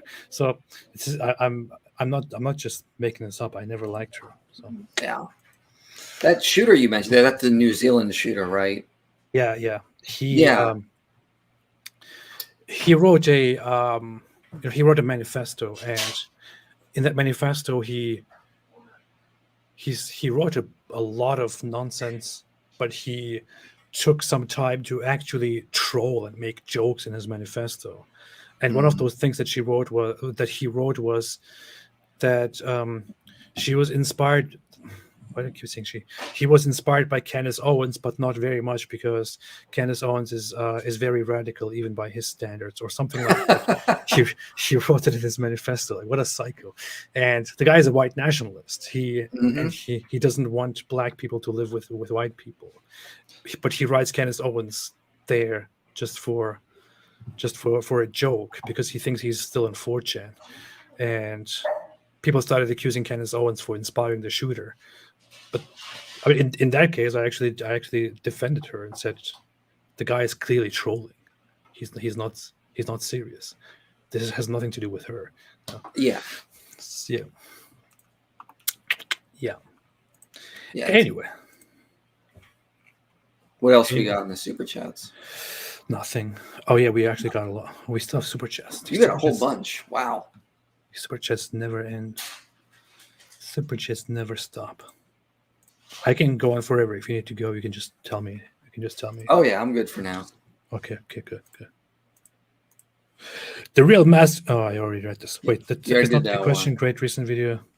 That Tate photo traumatized me. I tried to censor it as much as possible. There's a photo of Andrew Tate naked. But the thing is, I blurred it, but I had to look at it. I had to download that photo, and I had to look at the actual photo. I had to blur it for everyone. See what he puts up for you people. See what he goes through to bring you content. He almost plucked his eyes out. I had to blur his thing there, just so I can put it on a YouTube video. Oh, Martini became a member. Thank you very much. Thank you so much. Welcome to the club. Welcome to this club. See, some people appreciate it. Thanks for taking the bullet, AP. Thank you, Marisa. Thank you very much. I appreciate it. I go through a lot here. I have to look at naked Andrew Tate pictures to make videos for everyone. And I should be getting paid for this stuff. You know? Thank you, AP. You're a hero. I know. Thank you. I appreciate it. Grow Better made a super chat, but didn't add anything to it. And I appreciate your contribution and your help very much to this channel. Christianity is Unstoppable said, hip hip hooray for 400K. Thank you. I appreciate it. Christianity is Unstoppable. Grace said, Nick Fuentes is the little horde of Daniel 7. I doubt it. I mean, my view on Revelation is that this is talking about events happened in 70 AD with the Jewish revolt and the Christians at that time. So if you read Revelation 17, it mentions the beast, which has 7 heads and 10 horns. Now, if you go back and you study the time, Rome was said to be a city on 7 hills. And it says in Revelation 17 that the heads represent 7 mountains. And so that's, most scholars agree that's a reference to Rome being a city on 7 hills.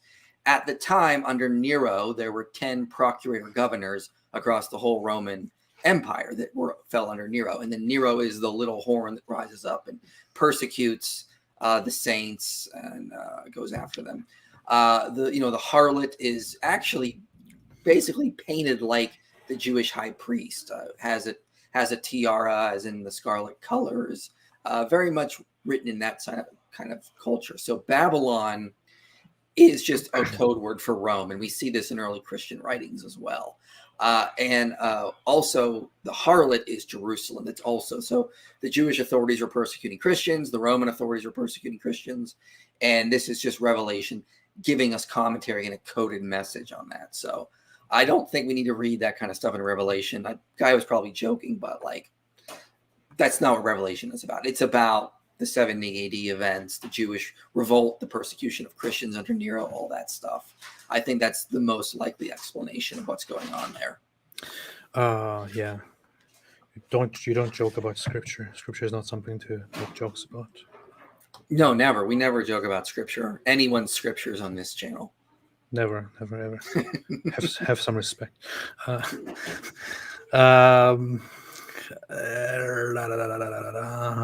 was that? That was Crazy 174. Oh, okay. Hey, Sarah. Hey, nice to have you here, Sarah. I haven't seen you in a long time. Welcome back, and thank you. Is IP a full preterist? Most people have no idea what that even means. So I'll explain it. So, futurist is someone who thinks Revelation is to come. A preterist, there are 2 types. There's partial and full. I'm a partial preterist in that we think most of what Revelation is talking about is stuff that happened in 70 AD, and we're just waiting for final resurrection, second coming, final judgment, that kind of thing. Full preterist thinks all that has already happened. And I think that's just inconsistent with the New Testament. I think, so I'm a partial preterist. And I'm also a post-millennialist, so I think the church age is supposed to make the world into like a new Eden, slowly but surely. We're not waiting, so Christ won't return until that happens. So that's my general view on the whole eschatology. Alex Tremaden noticed that it's Bint, not Ibn, because she's female. I know, Alex. This is in reference to the person who said Candace Ibn Owens. I know it would be Candace Bint Owens, but I deliberately stopped myself from correcting that because I don't want to be the nerd in the room who corrects somebody when they make a joke. So, but thank you for doing that instead of me. I appreciate it. That's the nerd in the room. You just made him the nerd in the room. Yeah, you are the nerd. Thank you, Alex Tremor. Rachel Zekovich said this is relevant. AP. Yes. I think you're talking about what Michael just said, I guess. Otherwise, I have no idea what you're talking about. But yes, I agree with you. Sarah said AP says no. Yeah, I was saying no in my head.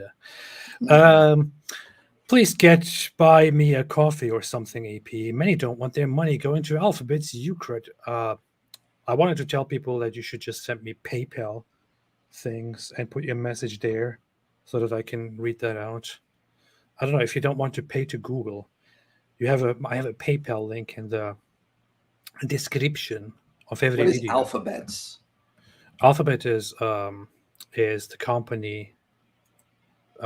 Is Google. Oh, I see what you're saying. Yeah, that makes sense. Yeah, Alphabet, which is Google, which owns YouTube and so on.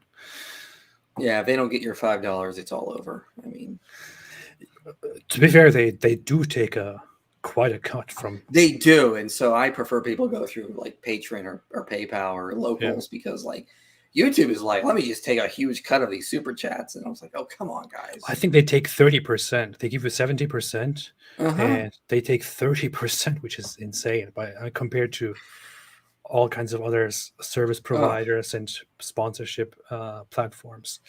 So, yeah, every super chat that you make, 30% of it goes to Google, not even to me. So don't think, oh, you just got $100, you're getting 100. No, I'm getting 70 of that. The rest goes to Google. Mm-hmm. You saved my life, AP, truly, and we are proud of that. And we will all be watching your future videos. Moha damn, Musa. Oh my, I forgot about that meme. Thank you so much. I appreciate that, Musa. But I forgot about that Moha damn meme. I feel bad about that. That's an insider joke. I made a video long time ago, years ago, about Sinead O'Connor when she converted to Islam. And the video was it was a complete joke. The thing is, I wasn't being mean. I wasn't being bad or anything. But I did make light of her and who she is and stuff like that. But in hindsight, I feel like maybe I shouldn't have done that because she probably never saw it.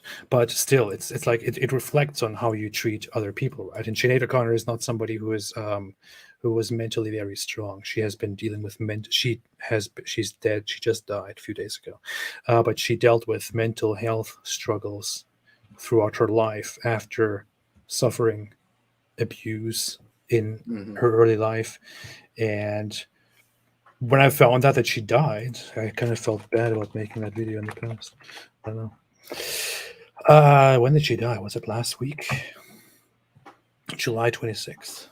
I just remembered you and I need to do a live stream soon because we had talked about this months ago, talking about debunking the whole giant thing in the Quran. Oh yeah, giants.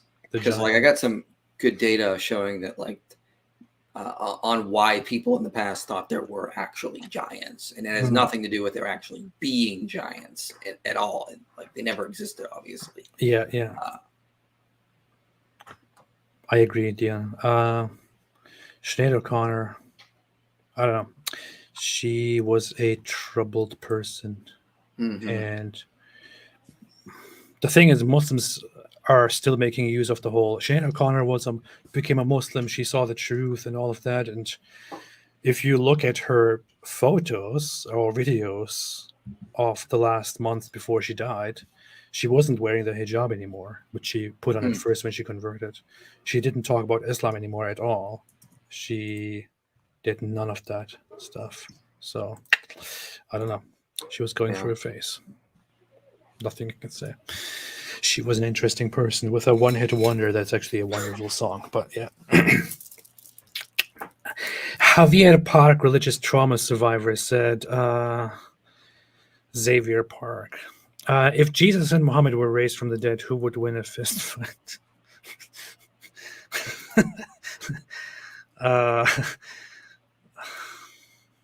Well, obviously Jesus would, because he could walk on water and he'll just multiply fish.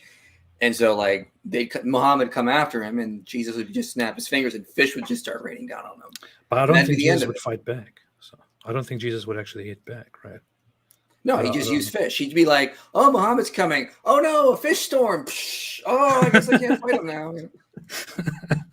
That makes sense. That makes sense. That makes complete sense. That answers the question. So there's the answer. Xavier, I appreciate it. Solar X PvP said, "Hey IP, would you be up to debating Mike Winger on female pastors?"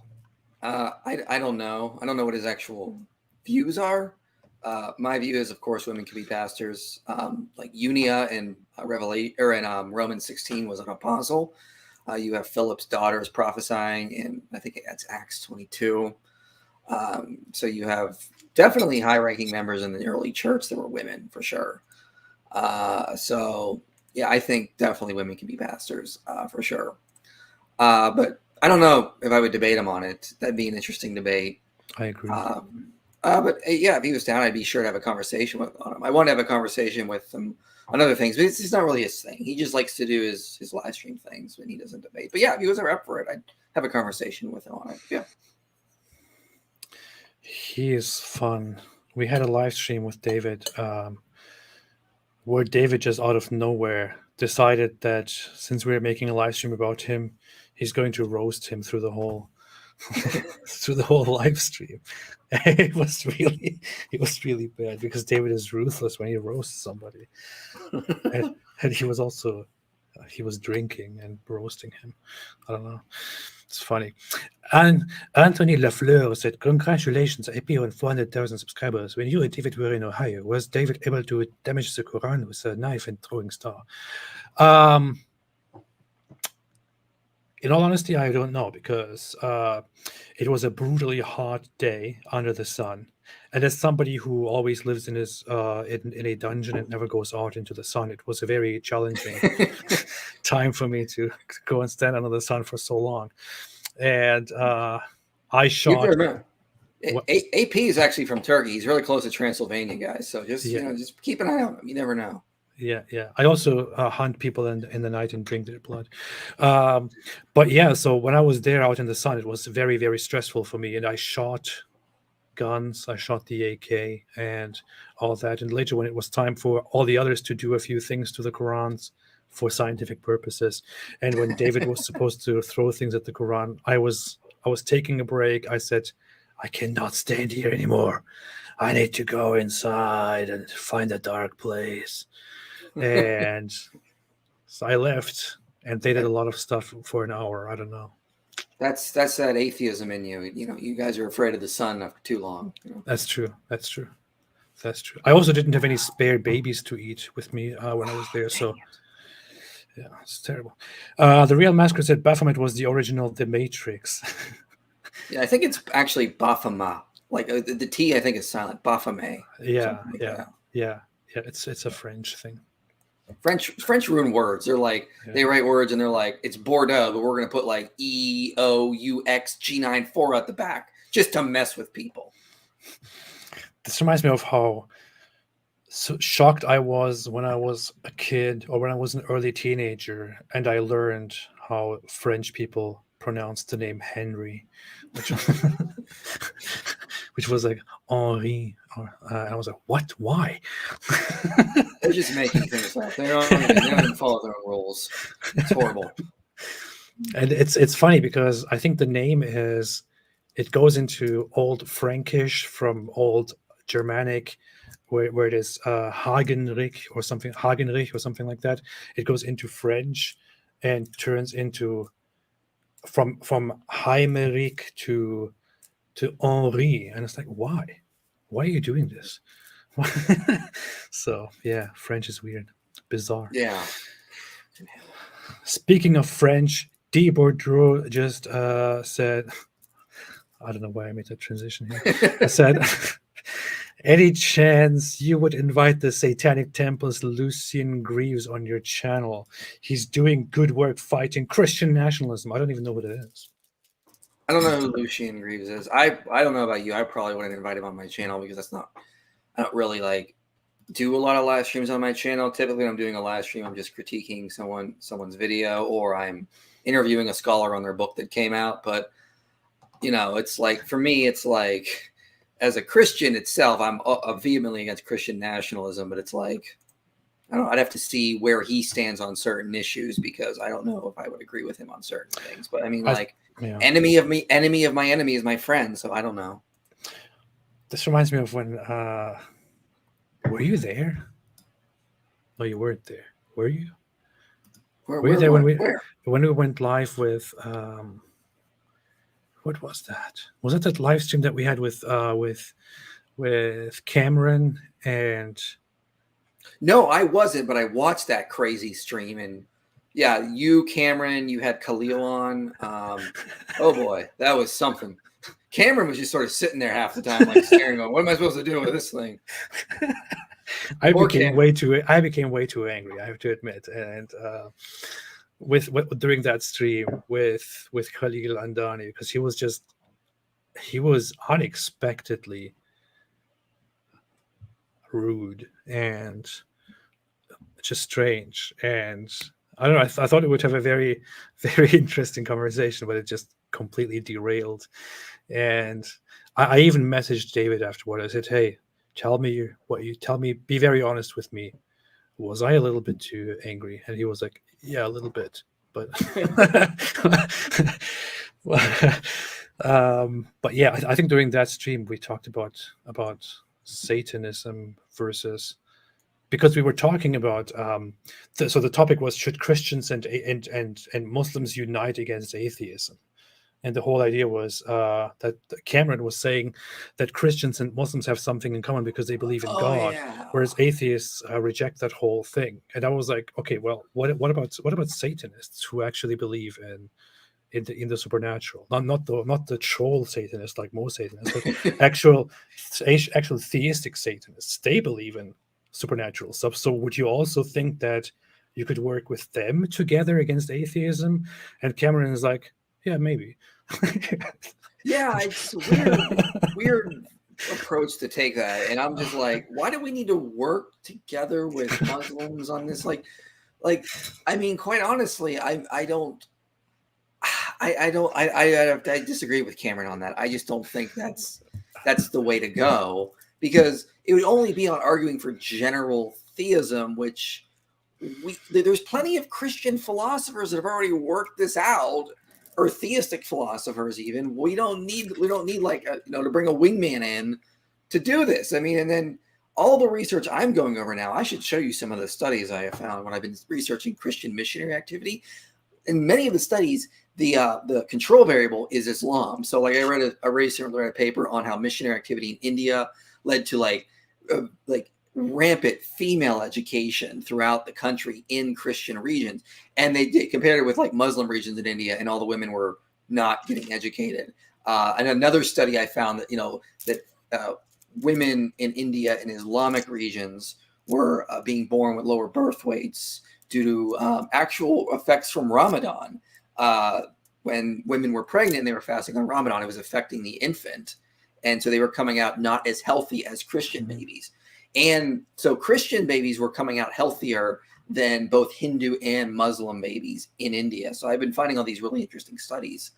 I found some cool study, or not cool, but useful studies on polygamy, and shows how promotion and when a society has polygamy, it leads to political instability. It leads to political corruption. Why? Well, because the top 10% get multiple wives. So then the bottom 25% men get no wives. What do you think these rambunctious, horny teenagers that can't get a wife do? They join militant groups to overthrow the government, so that and then they get women, and then the cycle keeps repeating itself. Of course. Polygamy leads to the breakdown of societies, corruption, war, militant groups, and it's promoted in. Funny, I always see Muslims are the ones defending this abominable practice that basically treats women like property. And of course, all the studies I already also showed you on how polygamy leads to horrible mental effects for women and all that stuff. But I've been finding a lot of very interesting research lately on just how comparing the effects of like Christianity on a society versus like Islam. And sometimes the results just say that Islam is not negative on the society. It just doesn't do any good. So Christianity comes in, leads to more education, better health, better hygiene, more hospitals, and then Islam just does nothing. It's just stagnant. It's not really helping to make a society better or not. Yeah. I just Googled Lucian Greaves, and God, he sounds like a villain in a vampire movie. Lucian Greaves versus Blade. I was surprised to find out that first off, we just talked about Baphomet a lot, and here's the Satanic Temple adopts Baphomet as their logo, as their symbol, as a joke.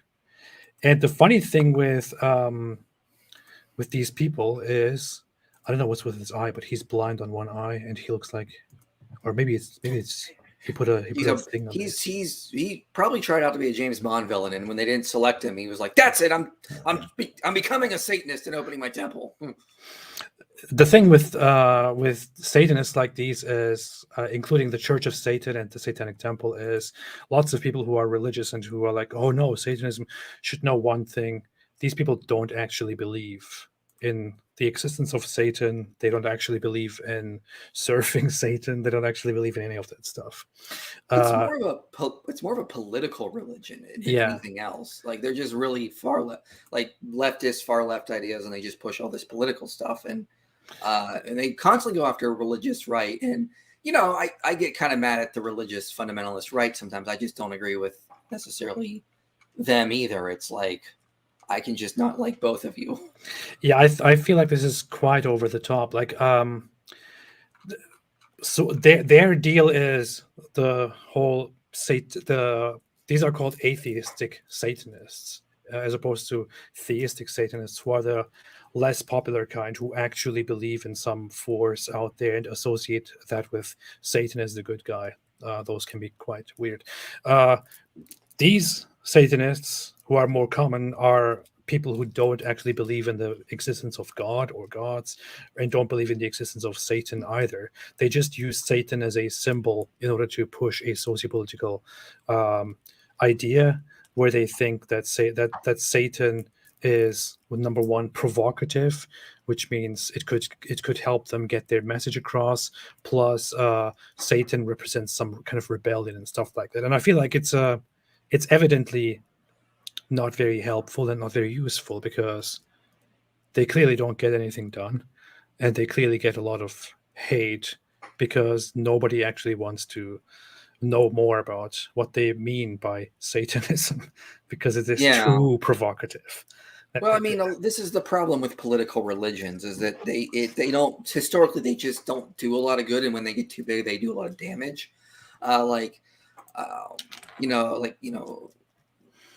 Obviously these people are on the opposite end, but Nazism is described often as a political religion, and so I'm just always very skeptical of political movements like this that are very religious in how they do things, and I'd classify them as political religions. And again, as I've noted, what does a lot of good around the world, and historically has been Christian missionary activity. There was a study recently done, it was on index of 53 countries, and found that Christian religious countries create people, and secular people even, that donate to charity. When that decreases, the donations and the volunteer work declines. I just feel like if you want to make the world a better place, it's better to go and build a hospital in India versus picketing in Britain or America. And that's historically what has led to so many great things. Like the Catholic Church, for example, is the world's largest non-governmental healthcare provider. And so, I don't see why a lot of the satanic temples are so against Christianity, given how much good missionary activity it's done has led to so many positive effects around the world, especially in regions where Islam was pretty dominant for such a long time. There's another study I have in Africa, which shows that Christian missionaries, this is actually kind of a funny thing, that Catholic and Protestant missionaries were competing with each other, not through fighting, but through getting converts. So they competed with each other by building better schools or better hospitals, because they wanted more converts. Meanwhile, Muslims were keeping them out of the region. So the regions with the Christian missionaries competing with each other through how do we help people better to beat the other guy's mentality. The children in those regions flourished. They became very much more educated, much healthier, whereas the girls in the Islamic regions were still basically illiterate and were not being treated well. So, again, I've been finding a lot of very interesting studies on this topic. But yeah, that's very interesting that what the actual research shows versus what the popular portrayal of a lot of this activity is in media or Hollywood. Yeah, that makes sense. That makes sense. Yeah, I think it's funny that the Catholics and the Protestants were competing with each other to who could build the better school or hospital, and I'm like, that's a win-win. I don't see any problem there. Mm-hmm.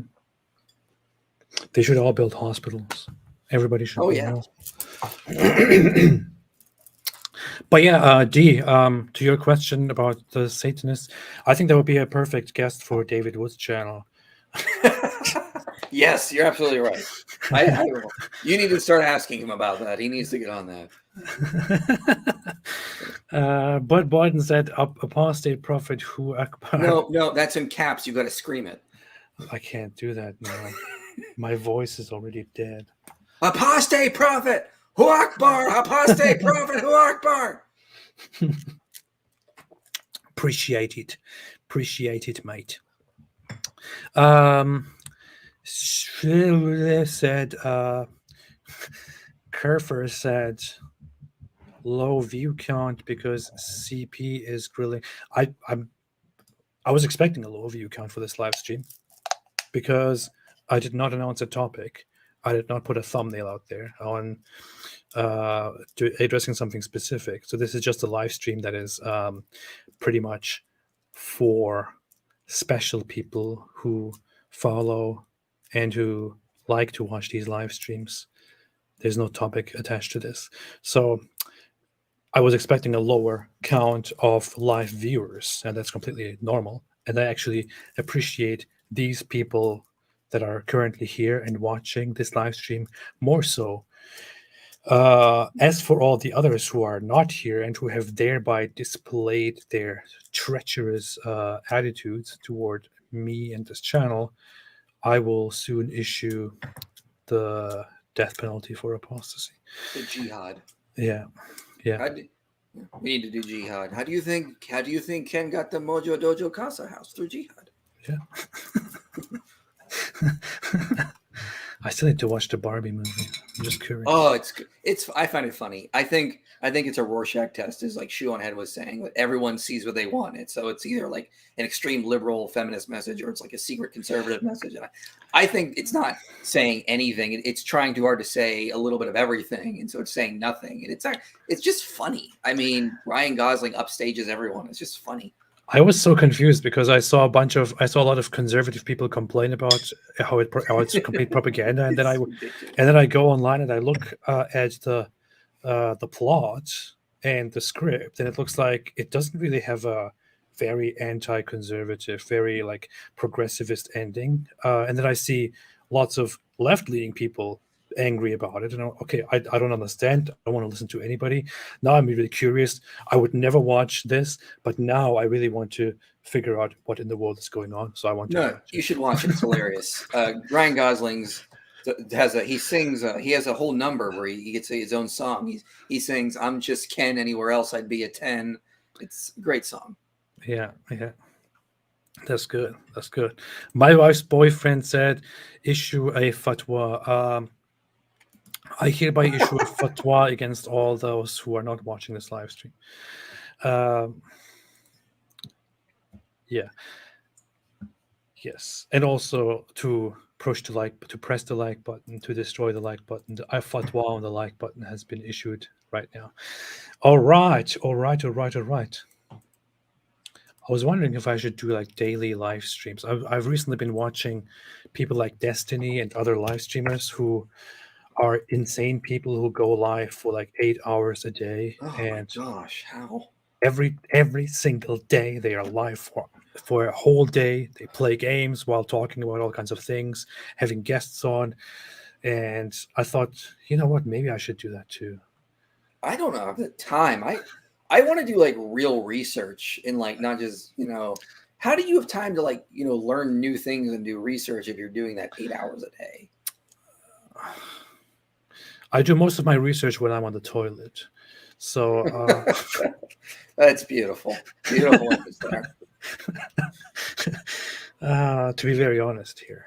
For a second. Do you ever if I ever text you and you say, "Quiet, I'm researching," I'll know what's up.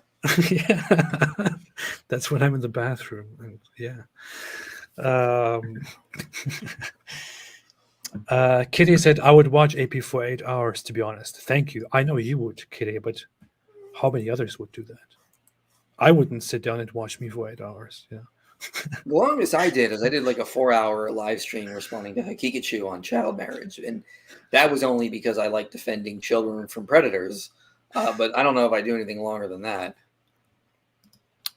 Una Nancy said, don't get my hopes up. I will get your hopes up. Romanian warrior said, Destiny streaming because his wife is at another man's yard. That's how they live, man. I don't care. That's how they're happy. I could never do that. I don't understand it. I mean, but Destiny is awesome, but he definitely has hemorrhoids. Those MFs need Jesus. That's all I'll say. He has a very his wife comes from a background that is very much like her parents were like they had an open marriage. I think her parents, as far as I heard, and then she has that same thing, and it's interesting. I don't know. It is interesting. I don't know how they make that work. I feel because like, man, that'd be hard. Like, yeah, I don't think I would. I don't think I could do something like that. And, no, but I understand that some people think that is good. That is a good way to live. I don't know. Like in his case, I get it. He has a weird personality, and he has the severe ADHD, which I do have too, to be honest. He has the whole. He wants to just sit there and do his own thing all the time. Yeah, it's really hard though, because humans are, I mean, this is biologically the case. We are, from our evolutionary history, monogamous. If you go back pretty far, a lot of researchers say that when we split off from ancestors that became chimpanzees, one of the things that humans moved towards was monogamy. And that actually helped us to become more social creatures, because the man couldn't just pick a woman, hold her down, and do what he wanted.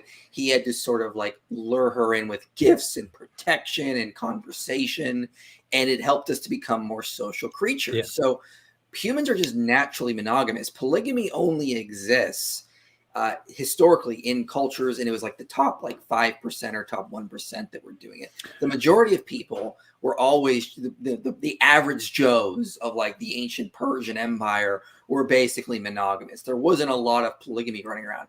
And this also attests to the fact that there's just always been historically more men than women around, like throughout history, because women often died in childbirth. So for just very, very few times in history, there was no reason for polygamy, because there's always been additional men to run around. And that's why a lot of times empires are fighting wars, because they have all these additional young men they need to kill off, kind of thing. Rather unfortunate past history we've come from, but leading to things like equality and promoting things like monogamy, getting rid of like rulers that have concubines and harems, has actually led to a lot more political stability, better life expectancies for women and young girls, better treatment of them, because humans are just naturally monogamous. This is our natural state, to just pair bond, break off in pairs. Terrible. You're clearly wrong, because I recently saw Ali Dawa and Mohammed Hijab say that men are by nature polygamous, while women are by nature monogamous. And well, they were stupid. So there's that. You didn't consider that there. I have all the science on my side, saying that yes, sometimes humans don't live monogamous, but the overwhelming majority of us just naturally break off into pairs. That doesn't mean we're life partners like, some species are. You only have one partner for life, but we are pair bonding species. It's so dumb. Like they do this show, and they say to their guests, if your wife allowed you to go and have other wives, I know you would do it. Every man would say yes to this. And I'm sitting there thinking, no. It's not even a virtue thing. It's like, no, I wouldn't want that. It's one thing to have relation. It's one thing to have like interaction, to have sexual interactions with others, but actually having multiple married, dedicated partners, no. I wouldn't want that at all. Well, here's the thing that stupid people don't get is they're just thinking in their male brains are going, me like sex, me want more sex with more women. But that's not what a marriage is. Yes, there's commitment. There's relationships. There can be jealousy. You got to please multiple people. It's hard with just one person, let alone two. I mean, and also my favorite thing to point out is who has the nerve to look at like their 4 wives and go, one more. I know this is going to screw up the bunk bed situation and all, but we got to fit one more in here. Like, it's like no one like, and so I've always asked Muslims this in conversations is, are you okay with women having multiple husbands? Let's say there is a culture like in a Muslim country like Arabia, like Saudi Arabia, there's a guy who's infertile. And because there's so many additional men, he just wants to be in a relationship. He's willing to just be a part of a marriage where another guy is involved. He can help take care of the children. He can bring in additional income. He's infertile. The kids won't be his, but he just wants connection. He just wants some sort of intimacy there. Would you be okay with that? And every Muslim I've asked that has told me no. but they're okay with polygyny, man having multiple women. Why not in this scenario where there's a man who's infertile and wants to be part of a relationship? Why can't it be one woman and multiple men? Considering now that there's, for every 100 women alive, there's 102 men. So there's additional men who will never get married because of that. And we have the research which which completely contradicts with the whole traditional idea that it's just men who are who can have multiple or who want multiple partners and women don't. That's not true.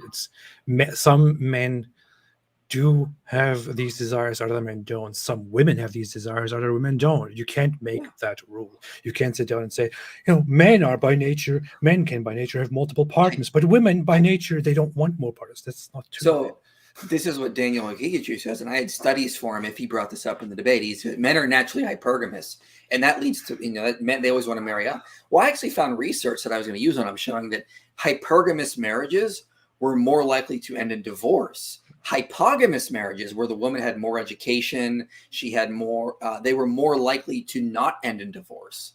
So other research has shown that when a woman is in charge of the finances in a relationship, she's actually much happier. Mm-hmm. So I found it interesting. And the researchers even said in their papers, they were surprised by this finding that hypogamous marriages were stronger and were less likely to end in divorce. So this Islamic idea that men are just this one certain way and women are just this one certain way is nonsense. That is entirely true. That is entirely true. What else is there? What was that? BPHDD said, AP, every channel I've seen talk about Tate recently has mentioned and promoted your videos about him. That's good to know. That might explain the sudden uptick in subscribers recently. I know I appreciate. I saw some people mention me and also review the stuff that I and David would have covered. That's very good to see. It's good to see that what we're doing is actually, bringing results. That's very, very good to see. I would like to do all those who mention me or who refer people here over to me a favor and also share their stuff and give a shout out. So just let me know in the chat, in the comments, if I missed anybody. I recently saw this one girl, Authentic Observer. I shared her video. She mentioned me so many times. Black Angel drew my attention to that. Plus, this guy, I shared his video yesterday. He was actually he made a very funny reaction to Kenneth Owens and Andrew Tate. What's his channel? Duke the Dawn. Yeah, he made a live. He has a live stream, and he did that too. Thanks everybody. Sarah said, AP, are you still going to do videos on Mo mental health? I really think this topic has to go to the mainstream. I have that among the many things that I wanted to make videos on, but then kind of dropped everything. But yes, that's definitely one of the videos that I want to get back to, because Muhammad's mental health is a very important topic that needs to be talked about, I believe. Aymara fan said Duke the what? Duke the Dawn. Duke the Dawn. I'll put it here. I'll put it here on the screen. Right here. It's right here. Wait a minute. Let me remove this. This dude. Duke the Dawn. Duke the Dawn. Duke the Dawn. Duke the Dawn. He made a review of Kenneth Owens and showed my video and John's video and offered some good stuff. And there is one part that I actually laughed about a lot. And I quickly want to find that. Wait a minute. Where's that? Let me find that quickly. Something with the baby mama. Baby mama. Ugh.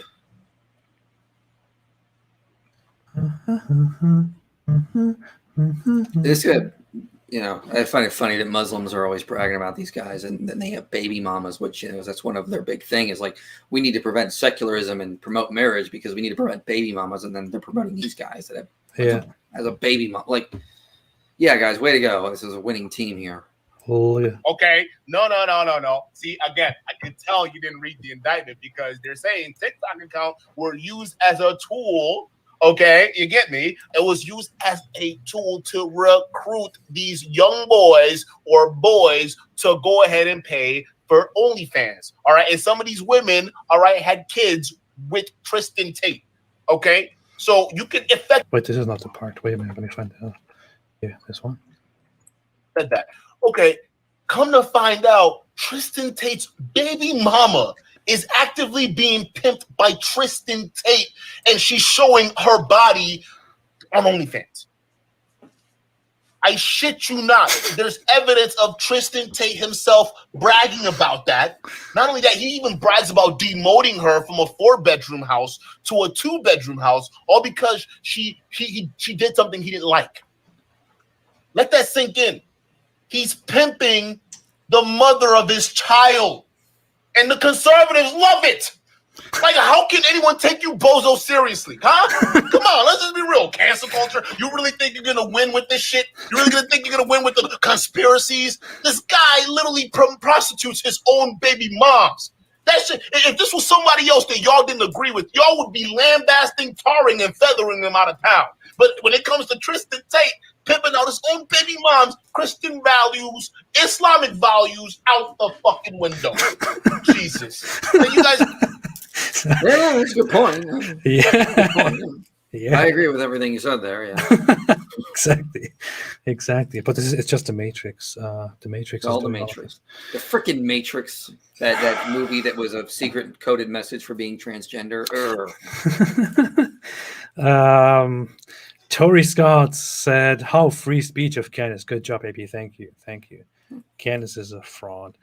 The One Gamer said, "What are IP's thoughts of this alien nonsense? What would this mean for Scripture if aliens to exist? Where to exist?" So my view is nothing. In fact, I would argue it might Thank you. That was good enough. I think it might support more of a theistic worldview. So if like life is like springing up on planets that and all sort of comes like similar like forms, this would support an evolutionary idea that I hold to called structuralism. So in evolutionary theory, there is structuralism on one end of the spectrum and functionalism on the other end. And so it's what is driving evolution? Is it structures or functions? That's just it in a nutshell. And the structuralists say that maybe the universe is sort of like, they don't use this term, I'm using it, fine-tuned to bring about life and certain structures in life on its own. So if you were to rewind the tape of life back to zero and start over again, you would get human life again or something very similar. Simon Conway Morris has said if we didn't walk out of Africa, our analogs would eventually walk out of South America, looking very similar to us.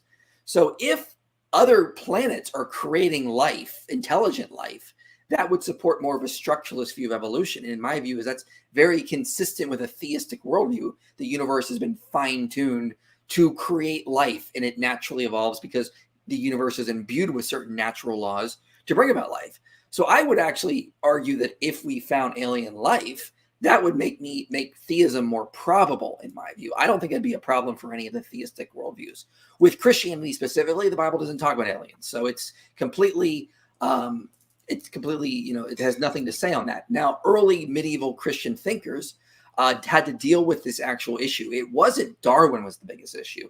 The biggest issue for the medieval church was Columbus, because early church fathers taught there were no, I think the term is antipodes, but people that live on the other side of the earth because it's too far away.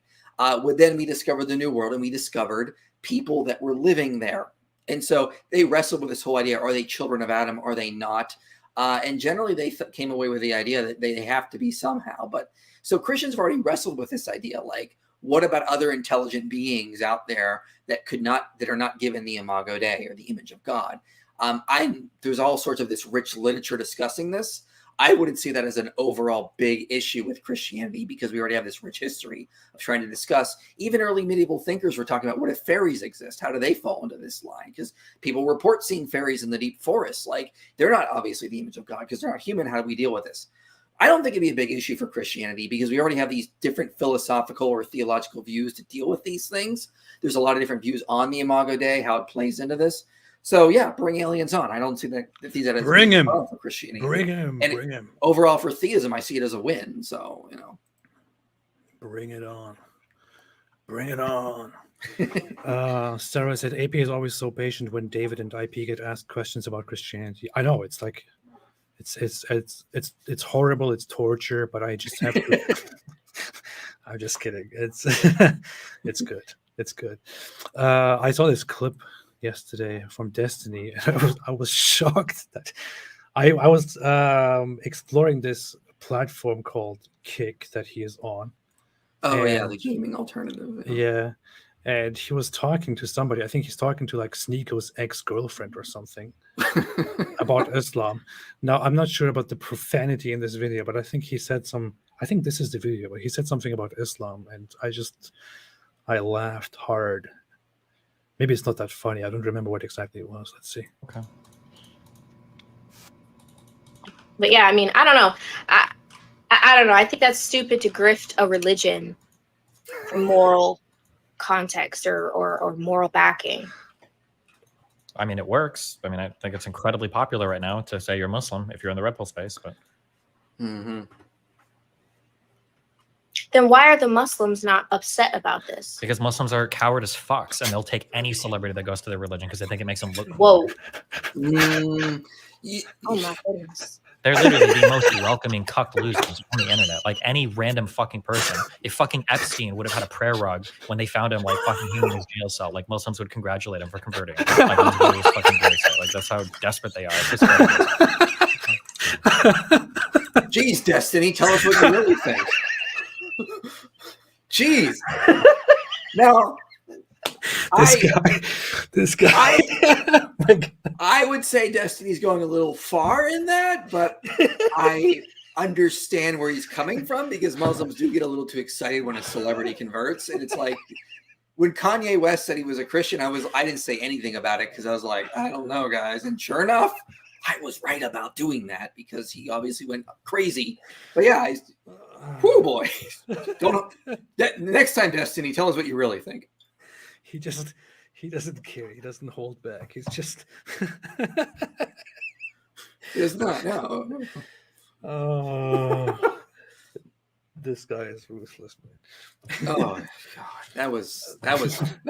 I see why you laughed. That was definitely unexpected. If Jeffrey Epstein had a prayer rug.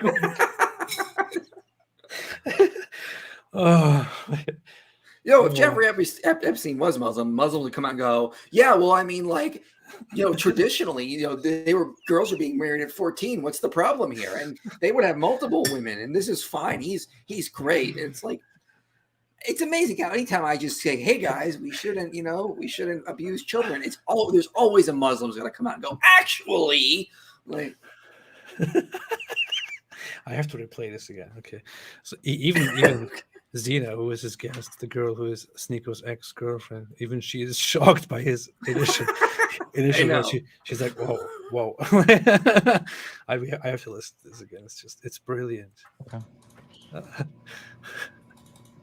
But yeah, I mean, I don't know. I don't know. I think that's stupid to grift a religion for moral context or moral backing. I mean, it works. I mean, I think it's incredibly popular right now to say you're Muslim if you're in the Red Pill space. But then why are the Muslims not upset about this? because Muslims are coward as fucks, and they'll take any celebrity that goes to their religion because they think it makes them look Whoa. Whoa. Oh my goodness. They're literally the most welcoming cuck losers on the internet. Like any random fucking person. If fucking Epstein would have had a prayer rug when they found him like fucking hanging in his jail cell, like Muslims would congratulate him for converting, like on his way to his fucking gravesite. Like that's how desperate they are for celebrities. I like her reaction is like what I'm really laughing at. Oh my goodness. That's my favorite part of that. She's shocked. She's like, whoa. That was beautiful. Destiny. Got no chill. Destiny. No wonder he was banned from Twitch, I think.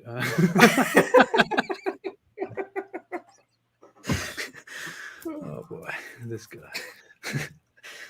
It's so funny because he's like, so many people see him as the image of this typical leftist liberal guy, and they want to equate that with, like, some guy who makes endless excuses and doesn't want to offend anybody. But then here he is, this blue-haired guy is just the one who says it as it is about Muslims, about Islam.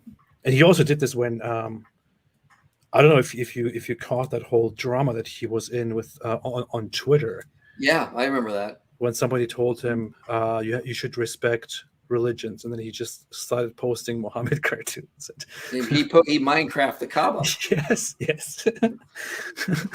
He doesn't care. He just no. Well, that's the thing. It's like there are some people that if you start to push, they're just gonna mock you more. I mean, it's like with recently me and the white nationalist Nazis. They started coming after me, so it just makes me want to go after Fuentes more. I mean, it doesn't make me want to back down. And if they just ignored me, I had to move on to other things. But no. That line about Jeffrey Epstein, I heard that and I lost it. He did that one already. Did that too. Stuart Walker, thanks for bringing on Michael Jones. He's brilliant. Thank you. I don't have many options, so I had to do with Mike. Just kidding. I appreciate Michael Jones as well, and glad to have you here, Mike. Thank you. Infidel Noodle just made a super sticker saying, "Keep it up." Infidel Noodle, you're supposed to be here yourself. Why are you not here? Yeah. Well, I like her channel. I've actually watched a bunch of her interviews with ex-Muslims. I think she's actually a great interviewer, so I enjoy her stuff. Although she's a woman, she's actually. You mean she's an equal? Yeah. Okay. Yeah. Yeah. No, she does good stuff. Infidel Noodle. Somebody said, "I love IP shorts." You really found your thing there, right? On TikTok, you started out. It's hilarious. I watch your TikTok videos, your reactions to things. They are funny. They are really funny. Thank you. And it grew very well, right? Yeah, I just leaned into it. I there was just so much crazy stuff. And actually, what got me going was the snapping point on TikTok was dealing with Muslims trying to argue that Muhammad is in Song of Solomon 5:16. And I was like, this is so ridiculous. I'm just going all in on the crazy and just making fun of this because it should be. And then it just sort of snowballed from there. And so, yeah, I need to do some more comedy videos. I've not done any in the past month or so. Or I've done a few here and there. I just haven't found anything that really it got a fire under me. But yeah, I want to do some more like that. Yeah.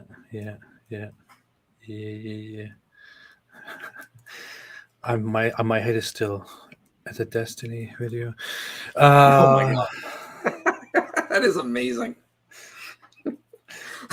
I know he is like that. I know he just says whatever he thinks, but I didn't expect that much. That was just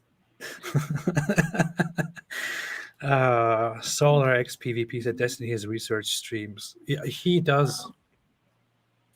So he does. What he does is he goes live, I think, like for 8 hours, 10 hours. He sits down, he plays games, he watches videos on current things.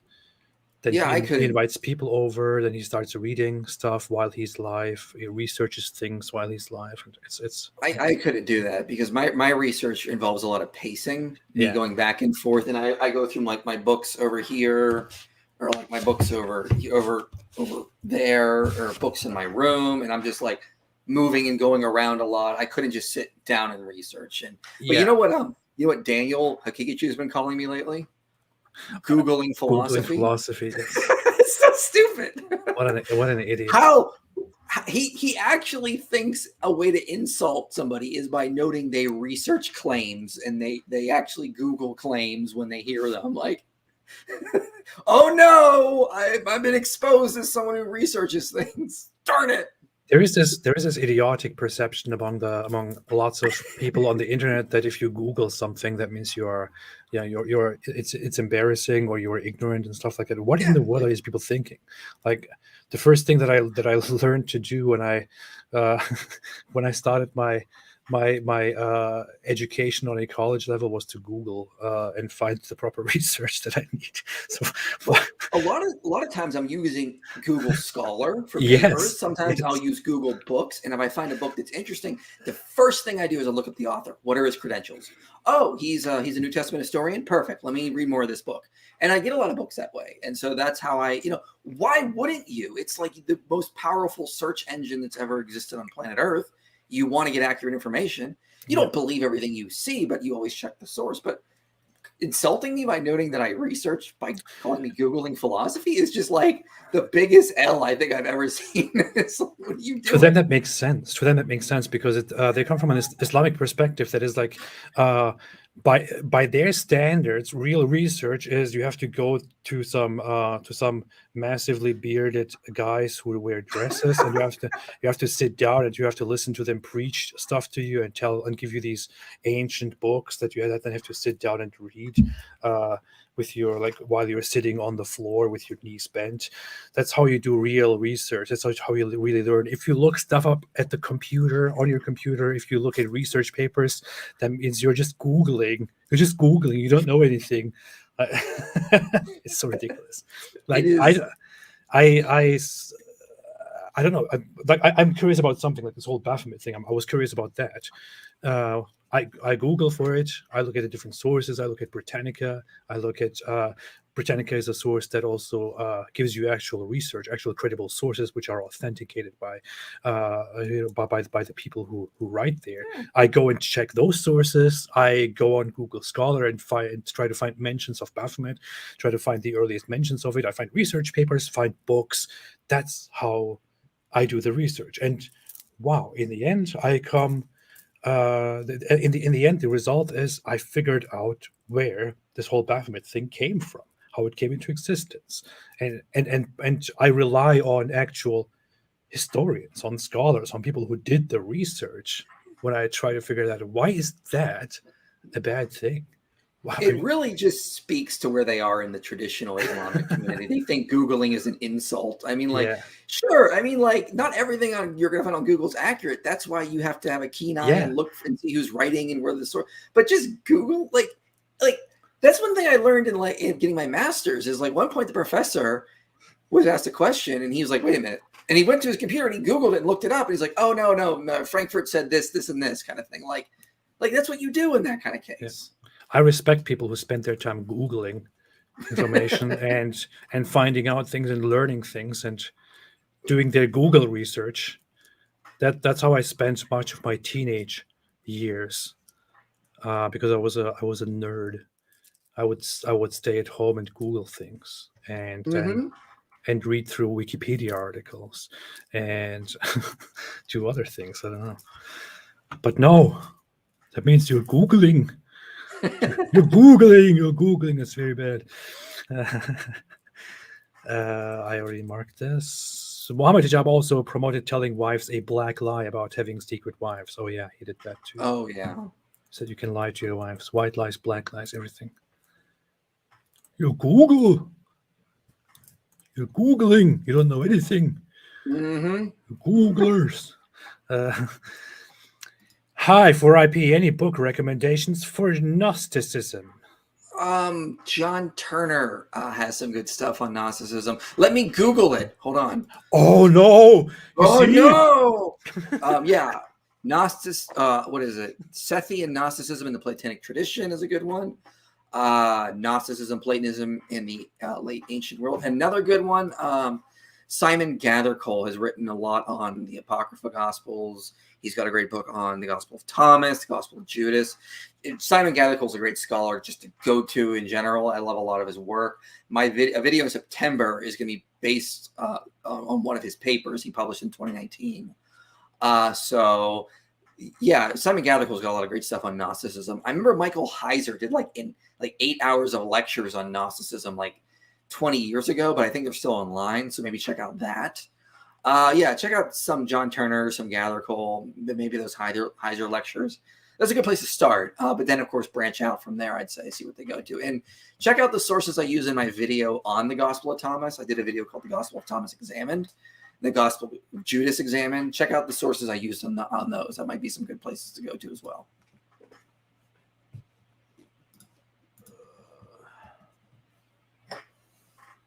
Oh, I have that right here. That's fun. I have this. What are you doing? I have this tiny little thing here, which The I Gnostic Gospels. enjoyed a lot. This is the Gospel of Judas, the Gospel of Thomas, the Gospel of Mary Magdalene. Yeah. The thing to remember about the Gnostics is they were actually quite sexist. They did not like women. In the Gospel of Thomas, it says that like Mary Magdalene has to become a man so she can have eternal life. Like to them, like women come from like the lower realms, and like men have like the spark in them, and they're the ones. So like it's really quite unfortunate because the early Christian movement again was quite egalitarian, and scholars like Joseph A.P. Wilson have noted. And then the Gnostics come and go, no, we got to fix this. And today, a lot of people have it backwards. They think the Christians were the sexists, and they think the Gnostics were the egalitarians. No, the Gnostics were based. No, they were not. They were so bad. They were sexist. They were elitist. Like they didn't think poor people could join. I mean, you know, the Christian, again, as I said, there's a lot of misinformation thanks to Hollywood. But yeah, the Gnostics were quite sexist. And there's also various Gnostic groups. And no one used the term Gnosticism in the ancient world. It's a term, it's an umbrella term we apply to various groups like the Sethiites, the Valentinians, various groups like that. Like blanking on the other group. There was a whole bunch of like Gnostic groups. Marcionites, I guess, could be considered kind of Gnostics in some ways. I don't know. It depends on the scholar you read.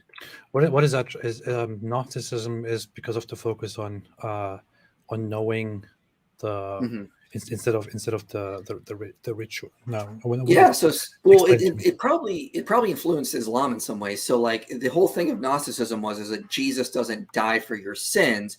You have this divine spark implanted in some humans, and you obtain eternal life through knowing secret knowledge that unlocks it. Jesus came to teach that. He didn't come to die for our sins. This is why the Gnostics denied the crucifixion, because Jesus, being fully divine, couldn't suffer like a human. And then somehow that probably got into the Quran somehow. They were taking bits and pieces of... So we know why the Gnostics denied the crucifixion, because of their theological commitments. Somehow that got in the Quran when it didn't need to. It was a weird thing.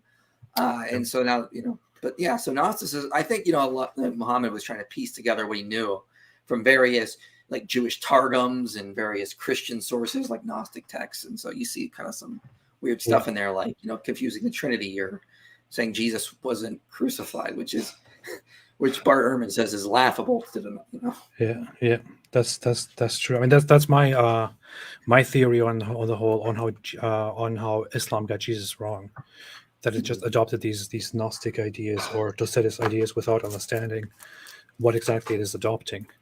And what's funny about those ideas is that those ideas about Jesus developed because of their whole belief that Jesus is more than human. I'm gonna get off on the hour, so 5 minutes from now. Terrible. I'm being betrayed left and right here. No, good. But hey, I'm happy that you joined me. This is also a very interesting read. It tells you a lot about how Muslims actually, of where Muslims got their ideas from. Yeah, the infancy gospel of Thomas. There was that Jesus' first miracle is also Jesus' first miracle in the Quran. There's an interesting correlation there. I mean, you can't prove that that's what they were using, but there are very interesting correlations. I mean, I don't think they were using it. I just think that it is a narrative that traveled across certain Christian heretical groups, and which reached Muhammad, and Muhammad adopted it as a fact without understanding the implications. I mean, these miracles in these books are basically the miracles serve as evidence that he is more than just human, that he's divine, he's God, he's something. He breathes life into inanimate beings. Who else can do that? But Muhammad just adopts it into the Quran without understanding the implications of that. It's ridiculous. Yeah.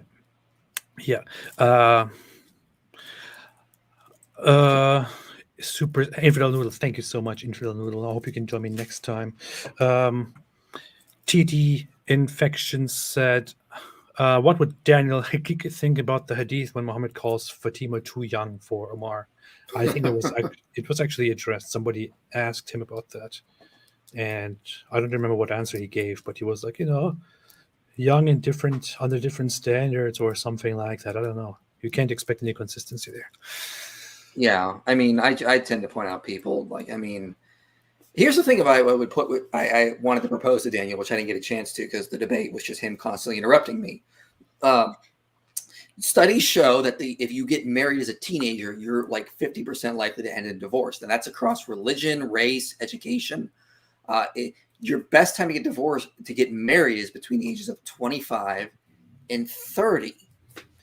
That's just the best time. Why, if he's always arguing about how he wants to decrease divorce, why would he be encouraging child marriage? Teen marriages end in divorce, psychiatric issues for girls. They often result in physical abuse, mental issues. Why would he be promoting that? If he wants good, strong marriages, he should be encouraging girls and boys to wait until they're in their mid-20s before they get married. And so, it's ridiculous. Because he likes them young. That's why. Blech. I can't believe I just said that. I will cut this part out of the live stream. Stuart Walker said, I still old dusty books for research. I still use old dusty books, but Google Scholar can lead you to those books. Yeah, I know. I was just saying old dusty books because it's like, for them, it's like a privilege that they have to sit down and go to some place in Mauritania or. You can read like all the church fathers on Google Books. Like a lot of times you can just sit there and read through like Irenaeus of Lyons or Justin Martyr, because all that is now like public domain. So like I remember reading books from the 1800s on Google Scholar or on Google Books because they're all just there. Why not? So many books that I got, I only get because I like having them as a copy, as a physical copy here, but I actually read them online. I read them. I purchase them separately online, and I read them there. Or some really old books you can find for free. You can read them. But I just like to also have a copy with them here, even if I never touch it. It's an interesting thing. You can use the internet and bend it to your will and do whatever you want to it. If you have to go, you can. All right. Go. I'll be here. Yeah, thanks for having me on. I'll see you Monday, actually. You will see me Monday. We will destroy the Nazis. The resistance. Okay. Well, thanks. Thanks, Michael. Thanks for joining. See you again. Yes. Now that Michael is gone, let's get the party started. Let the real party start. I just noticed as I was picking out a book that this is still here. This is what I shot with the AK-47. For scientific purposes, we were testing if the Quran can endure bullets from an AK, and this is purely for scientific purposes. There's no offense intended or anything like that. It is just that. Yeah.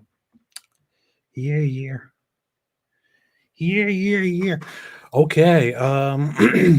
Now I will now stay live here for another 5 hours while I play video games, and you can watch me play video games. I don't know. I'm just babbling stuff right now. Spears Block said, when is the Imam Sofat interview coming? We didn't do that yet. David and I, we were when we met up in Ohio, we wanted to record a bunch of stuff together, including we also wanted to invite Shaky Booty, and we wanted to have a debate between Shaky Booty and David Wood. We wanted Shaky Booty shooting stuff, but we didn't have much time. I didn't have much time. I was too dead, too tired. In fact, it's dumb. I went there. I traveled there overnight. I arrived. I got up. We went recording, shooting for the whole day, from morning till night. And then I was supposed to return home after that. But apparently I didn't get hydrated enough. I didn't eat enough. I was dying at one point. I was going to throw up and fall asleep and pass out and go crazy all at the same time. But then I ate a few crackers and then I felt better. It was a very, very difficult day for me. Yeah. But yes, I don't think that interview will ever come. If tomorrow never come. Does anybody know that song? It was a horrible song from the early 2000s, I think. Debate the submitters. What are you talking about, Kaiser Dog? Debate the submitters. Submitters. I don't know what you're talking about. Submitters? Do you mean actual Muslims, or do you mean the submitters as in the cult of Quranist, reformist Muslims or something like that? I don't know what you're talking about. All right. I thought these lights would go out by now because I didn't plug them in and they don't have much juice. Black Angel said that's cause you were trafficked. Indeed I was trafficked. Indeed I was trafficked. Indeed I was. I'm still thinking of that Destiny video. That was man. I almost want to watch it again, but it's going to be too much. Pedro said, I love your shows with Daily Wire. No, I love your shows with David Wood. I know. I have a lot of fun with David Wood. Unfortunately, David Wood is traveling right now, I think. That's why he cannot be here. And yeah. But it's okay. It's always live streams with me only are much more fun, in my opinion. But only in my opinion.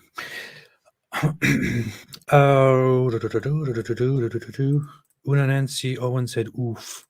I agree completely. Kaiser Dog, I'm going to block you. You're just spamming right now. Blocked. Banned. The Real Massacre said Epstein with the prayer rug is news. Yeah, that video. That was the judgment of God. Never go without Snickers. I should keep that in mind for next time. Have Snickers on. Is there anything I need to see? Somebody mentioned channels talking about the Tate stuff and mentioning me and promoting. I asked the chat to post some stuff, but then I was too focused on Michael here, who was talking random stuff, and then I missed it. So if there's anything that I need to see of somebody reviewing or doing stuff, let me know. And I will review it right now. Spears Blocks just became a member of the channel. Thank you. Welcome. Welcome to the channel. Welcome to the channel. Welcome to the channel. You might be interested to collab with Friendly Ex-Muslim. You mean Abdullah Samir? I have done that quite a lot in the past. Quite a lot. I even recently asked him to come and join me on a live stream. But he's taking a break from everything, I think, for a while. I don't know what's exactly going on there. Multiverse UFO said, yeah, back to write my books. Cheers, friends. Really nice chat. Sincerely wishing all of you good days ahead. Have fun. Have fun. Have fun. I need AP merch. I had a merchandise store, which I closed. Because I always wanted to redo it, review it, change things up. Plus, there were a lot of problems of products not being properly sent and things like that. And then I thought I'll just close it for now and pull it back up with something better. But then I just didn't do it. I don't know. I'm terrible at promoting myself and my own stuff. I am absolutely terrible. I know that. Absolutely terrible. Yeah. It's run by a popular Muslim YouTubers. Who? What are you talking about? Go. AP, please expose the Project Zamzam water scam. Project Zamzam water? Project Zamzam water. Zamzam water project. Project Zamzam. Project Zamzam. Project Zamzam, bringing people closer to the Quran. Yeah, let me let you join in. There's fun here. Project Zamzam is a non-profit animation studio focused on bringing people closer to the Quran. Oldest video, 2 years old. 2,000 subscribers. 64,000 views. Nobody's watching this. What in the world is happening? Why? Are they saying Islam is true? Because I can't accept that. I can't have that. The striking disaster. Okay. No, not this. This looks boring. Very much boring. The ultimate help, the striking disaster, Al Imran, Zalzala, the ultimate quake, Kawthar, Quraysh. This just looks also boring. Let's see. Simplest help, Nas, humankind, purity of faith, Masad. Here. Al-Masad, the palm fiber rope, is chapter 111 in the Quran. Made up of 5 verses, it was one of the earliest chapters revealed. It came as a warning to Abu Lahab, who was a powerful and wealthy leader of Quraysh. He was also the uncle of Prophet Muhammad, peace be upon him, and one of the first ones to reject his message. Terrible. Both he and his wife Jamil were staunch disbelievers. They often abused the Prophet, peace be upon him, and would try to hurt him whenever they could. Unacceptable. When Prophet Muhammad, peace be upon him, would invite the people of Mecca to Islam and to worship Allah, Abu Lahab would curse him, calling him a liar, and would threaten others not to trust or follow him. How could he do this? He was nicknamed Abu Lahab, which means father of flames, because he was light-skinned with fiery red cheeks. Ironically, the chapter forewarned of his inevitable place in hellfire. Wow! The first verse refers to Abu Lahab's hands, that they will perish, and that he himself will perish for trying to fight Islam. Wait, what?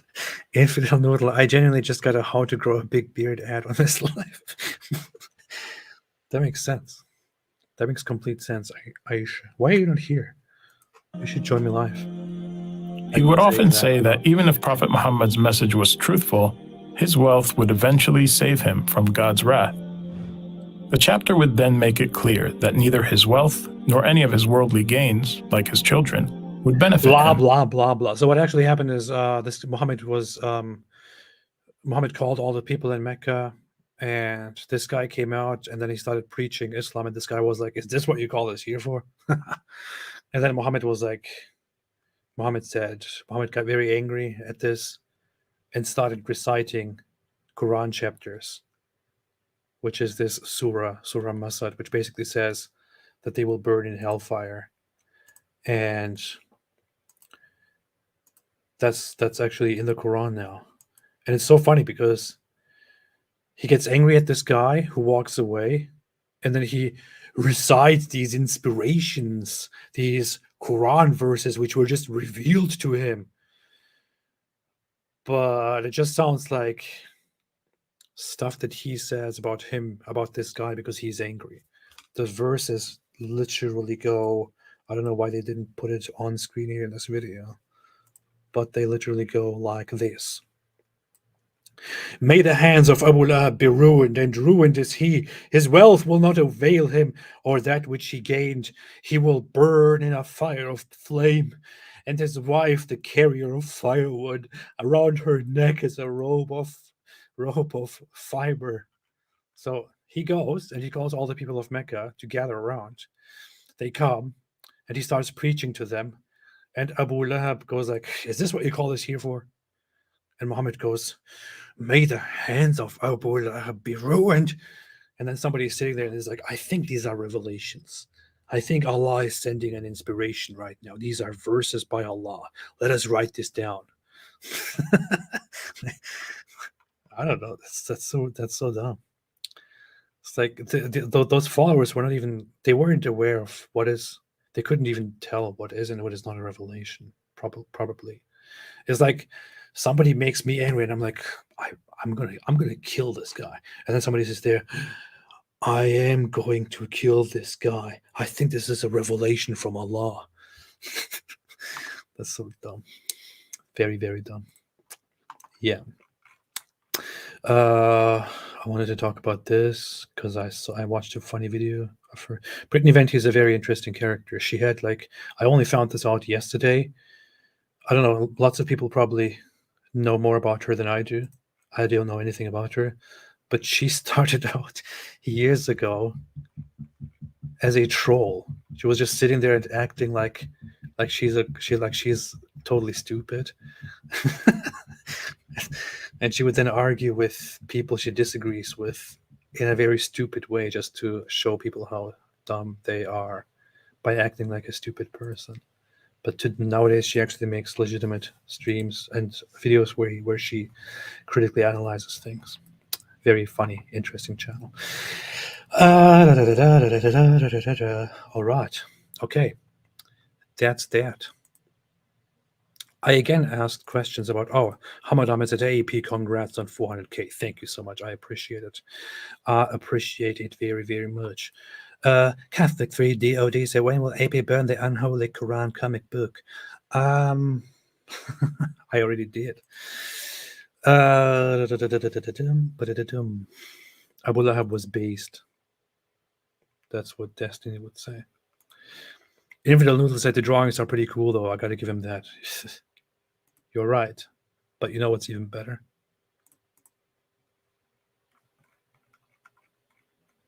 Here. Makes it rise. It runs for a certain. This is even better. As the sun was about to disappear, the prophet said, It's so beautiful, right? It is, O Messenger of Allah. Sallallahu Alaihi Wasallam. Do you know where the sun goes? Allah and his apostle. Sallallahu Alaihi Wasallam. Know best. That's right. So let me tell you. Well, when the daylight of the morning comes, the sun rises from its rising place, as it always does, because that's where Allah makes it rise. It runs for a certain time through the sky and travels until it reaches its setting place under the throne of Allah, where it then rests and spends the night prostrating to Allah as it should, because the sun is a devout and obedient Muslim. Really? Yes, yes. Wait. How does the sun prostrate? What? Well, the sun is a big glowing ball of light, so I don't understand how it can lie down. This is so funny because this whole part of the sun appearing here in the back and then I don't know, doing things like, wait a minute, where was that? Yeah. You place as for a certain time through the sky should, because the sun is a devout and obedient Muslim. Really? Yes, yes. Wait. How does the sun prostrate? What? Well, the sun is a big glowing ball of... Anyway, I just wanted to point out that I came up with most of this stuff in the most unexpected moments. Like I'm taking a shower and I'm thinking about a possible episode, and I'm just thinking about these sequences, and then I'm like, okay, keep this in my mind. Please don't forget it. And I repeat it to myself, and then I write it down, and then I tell Saitin about this, and he laughs, and he turns it into an actual clip. Light, so I don't understand how it can lie down. Wouldn't it just sort of roll around? Or does it have the ability to spread itself out like a carpet? Well, you see... The answer is very simple, of course. It is a metaphysical matter. Who is this? Shall I cut off his head, Ya Rasulullah? Maybe later. Anyway, where was I? You said the sun prostrates like a good Muslim. I knew I couldn't do a proper Farid impression, so I told Saitin to do it, and he just did it very nicely. He even did the whole matter. Slim. Oh yeah, it does. The sun is in prostration to Allah like a good Muslim, and then it asks Allah for permission to rise again, and Allah gives it permission, and then it rises from its rising place. So it travels again for a specified term to its resting place. Into a muddy spring, right? O Messenger of Allah. Sallallahu Alaihi Wasallam. No. Yeah, just listen, please. The sun travels to its... Oh, this is what I was talking about. The sun disappearing and then coming back, more becoming a Muslim, is wearing a hat, a Muslim hat. Then it goes away. Then it suddenly has a beard. That's something that I came up with in the shower and then told Saitin about, and he was like, "That's great. Let's do that." its resting place and prostrates itself and asks for permission, and it is given permission, and then it rises again, and so on, until one day the sun will once again ask for permission to rise, but Allah will not give it permission. Allah will tell the sun to go back where it came from and to rise from its setting place. And on that day, the sun will rise from its setting place in the west when nobody expects it. And on that day, no repentance will be valid and no person's belief will be accepted if he has not believed before. That is crazy. That is insane. Wow. May Allah protect us from going astray. May Allah protect us on that day. Ya Rasulallah sallallahu alaihi wasallam. Yes. Satan did that whole thing perfectly that I wanted to do here. This building suspense when the Prophet talks about where the sun goes and what it does and what will happen on the day of judgment. I wrote a script to this whole thing, and I wrote down building tension, building suspense here, and he just did it perfectly. I don't know. Yes, and that is why in the Holy Quran, Allah says that the sun travels for a specified term to its resting place. This is the meaning of that. Allahu Akbar, you are full of wisdom, Ya Rasul Allah. Sallallahu alaihi wasallam. This is me. This is I find it very brilliant that I look so wonderful and so handsome here. It really accurately captures the handsomeness, the very beautiful look of me and puts it on the screen. This was created by Satan as a wonderfully respectful depiction of me by him. So what are you talking about, dude? That is completely wrong. That's not wisdom. It's ridiculous. The sun doesn't travel somewhere. It doesn't have a rising place or a setting place, let alone a resting place. It doesn't go to some weird throne and prostrate and come back. This looks exactly like me, doesn't it? Yeah. It looks exactly like me. Do you see it, right? It's exactly like me.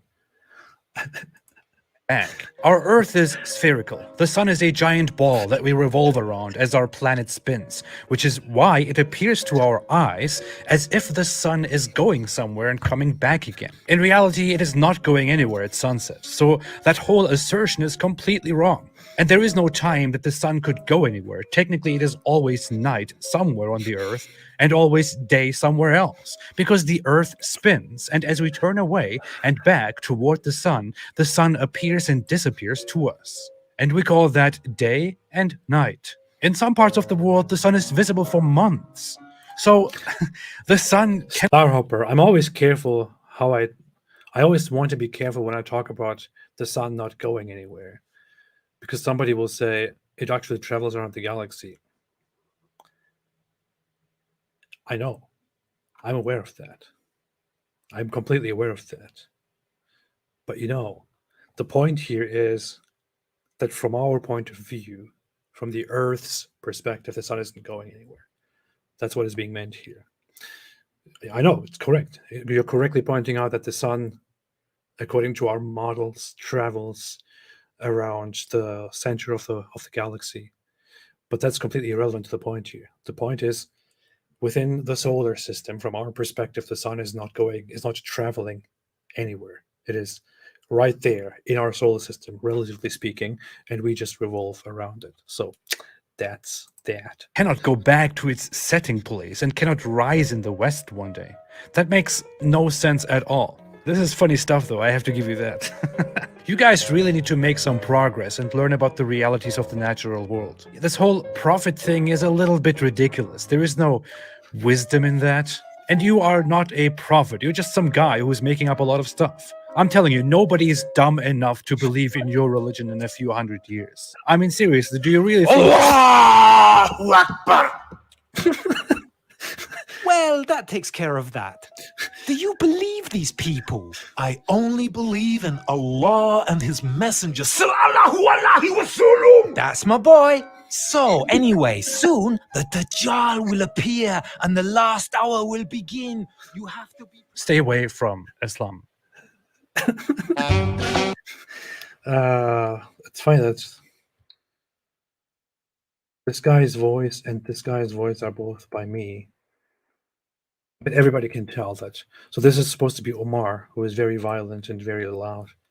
I think everybody can tell that that's me, right? Seriously, do you really think Allahu Akbar. I did like the craziest Allahu Akbar that I could think of and screamed it out loudly. I did several takes of that. I sent it over to a site and I said, hey, this just sounds really messed up. Do with it whatever you want. And he's like, perfect. So Well, that takes care of that. Do you believe these people? I only believe in Allah and His Messenger. Sallallahu alaihi wasallam. That's my boy. So sometimes you appreciate your own stuff, and I feel like that line, do you believe these people? I only believe in Allah and His Messenger. Like, I thought, hey, that's a cool play. So I wrote that down. That's interesting. I like playing with these with words. Like, oh, anyway, soon the Dajjal will appear and the last hour will begin. You have to be. Stay away from Islam. So the idea is with these episodes is that in every episode I'm supposed to come in, or in almost every episode I'm supposed to come in at some point and say a few things to criticize the prophet, or to correct them, or to ridicule them. And in every episode I'm supposed to die in the end. In every episode I'm supposed to die in some way. Like, I don't know, my head chopped off, or in completely different ways. I don't know, being attacked by a mob and stabbed and all kinds of things. In every single episode I'm supposed to die in the end. Yeah, just like Kenny and in South Park. And although that wasn't my main inspiration for all of this actually came after I watched several episodes of Family Guy, which is very funny because there's like no relation at all. But that kind of gave me the idea of creating something in cartoon form. And yeah, I did. And every episode is supposed to be one incident from the hadiths. And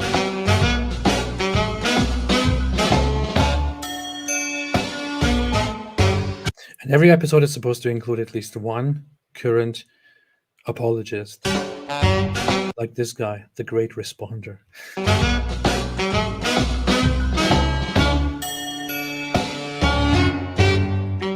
This was very nice. I need to get back and do more of that stuff. All right. Okay.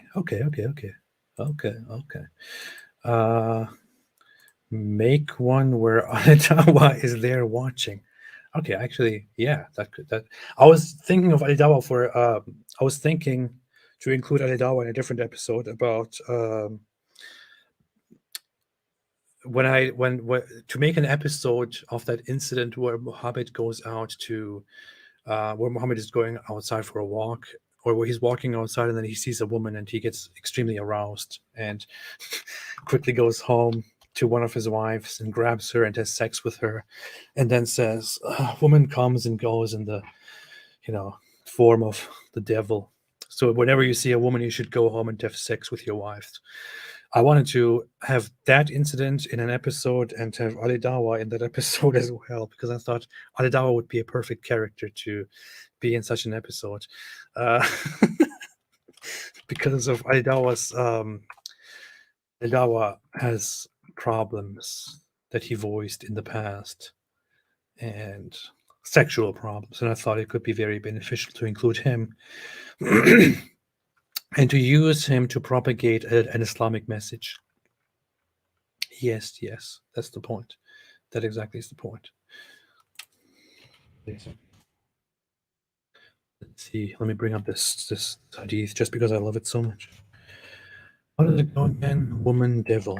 Woman devil. That's how I search things. Woman devil. La la la la la la la la. Where is this hadith? Where is this hadith? Where is this hadith? Where is this hadith? Where is... Okay, here is one of those hadiths. It goes. Jabir reported that. Jabir reported that Allah's messenger saw a woman, and so he came to his wife Zainab as she was tanning a leather and had sexual intercourse with her. He then went to his companions and told them, the woman advances and retires in the shape of a devil, so when one of you sees a woman, he should come home to his wife, for that will repel what he feels in his heart. So Muhammad walks outside, he sees a woman, so he quickly goes to his wife Zainab, one of his wives at the time, as she was tanning leather, and he grabs her and has sex with her. And then finally, relieved, he goes out and says, the woman advances and retires in the shape of a devil. So when one of you sees a woman and gets horny, because, when you see a woman outside, it just becomes unbearable, you should go to your wife and release the pressure that you are under, because that will repel what you feel in your heart, because in your heart you feel like having sex with that random woman that was just walking outside minding her own business.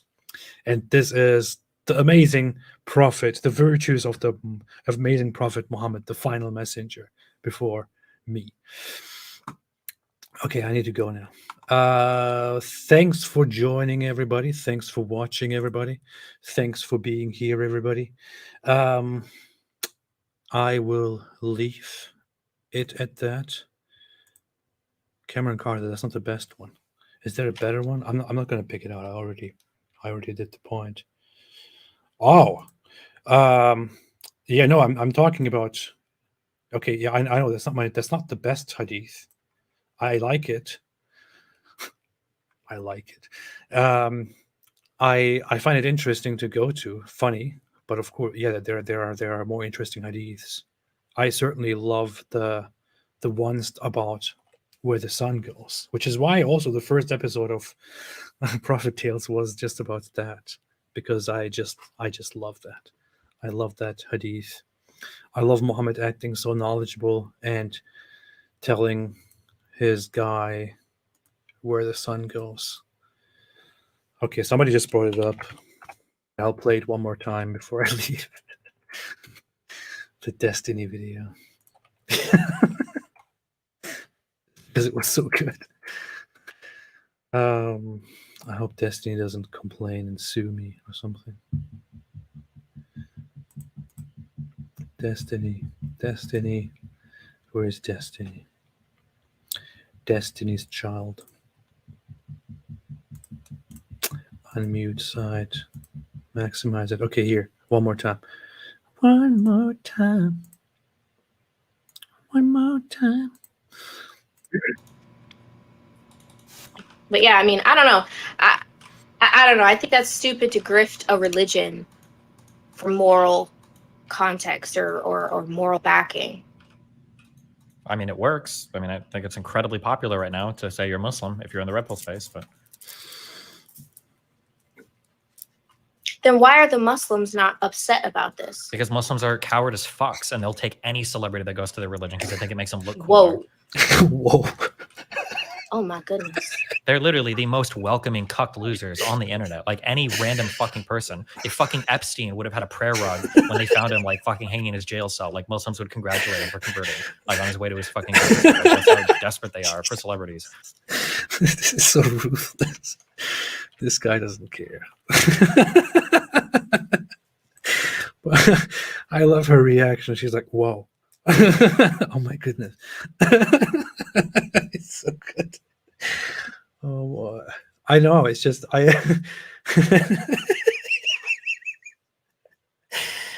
Oh, I saw this video earlier today and I lost it when I first saw it. And I randomly saw it. I was looking at this platform Kick that they are on nowadays just because I was looking at how they do these long format live streams, and then I saw that they have clips.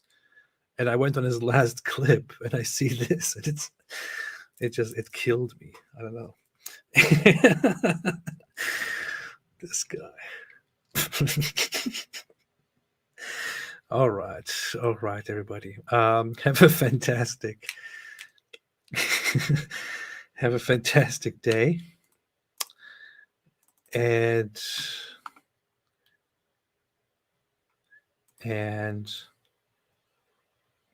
I will do something special now. I will end the stream by playing a scholar that everybody loves and that I love as well because he is fantastic. I will leave you alone with Shaky Booty,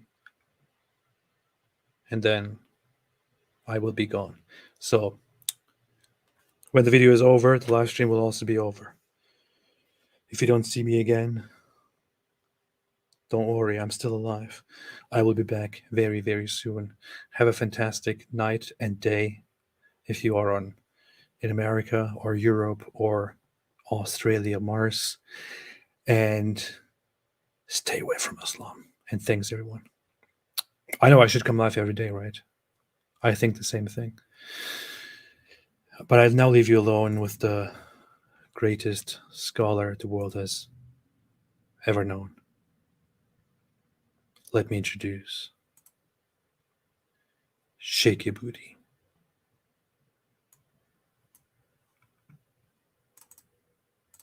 Wait a minute. Maximize. Okay. Stay happy, stay safe. Goodbye. And thanks for the congratulations, everybody. Gedalia, thank you so much for always being here and helping.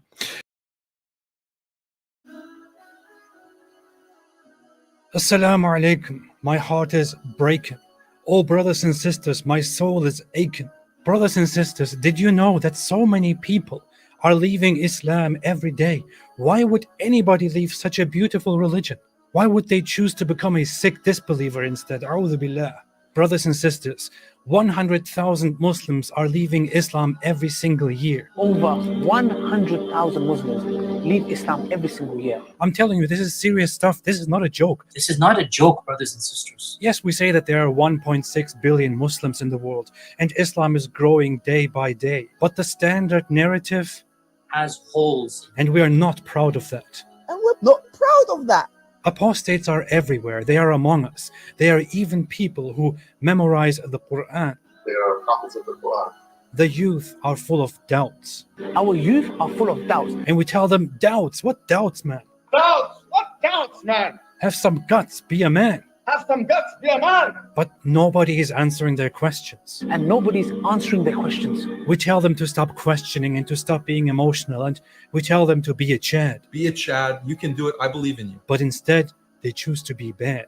We've seen this happen, unfortunately. We've seen this happen to a lot of people. If it continues like this, your child is going to become an apostate. Your child is going to become an apostate. Imagine your child, the child that you are raising could end up with the disbelievers, with the kuffar, and go to hellfire. Hellfire will want to swallow them. Hellfire will roast them. Roast them. Toast them. Toast them. Break them. Break them. Shake them. Shake them. Hellfire will annihilate them. Will annihilate them. And the rest of us will be watching. We'll be watching.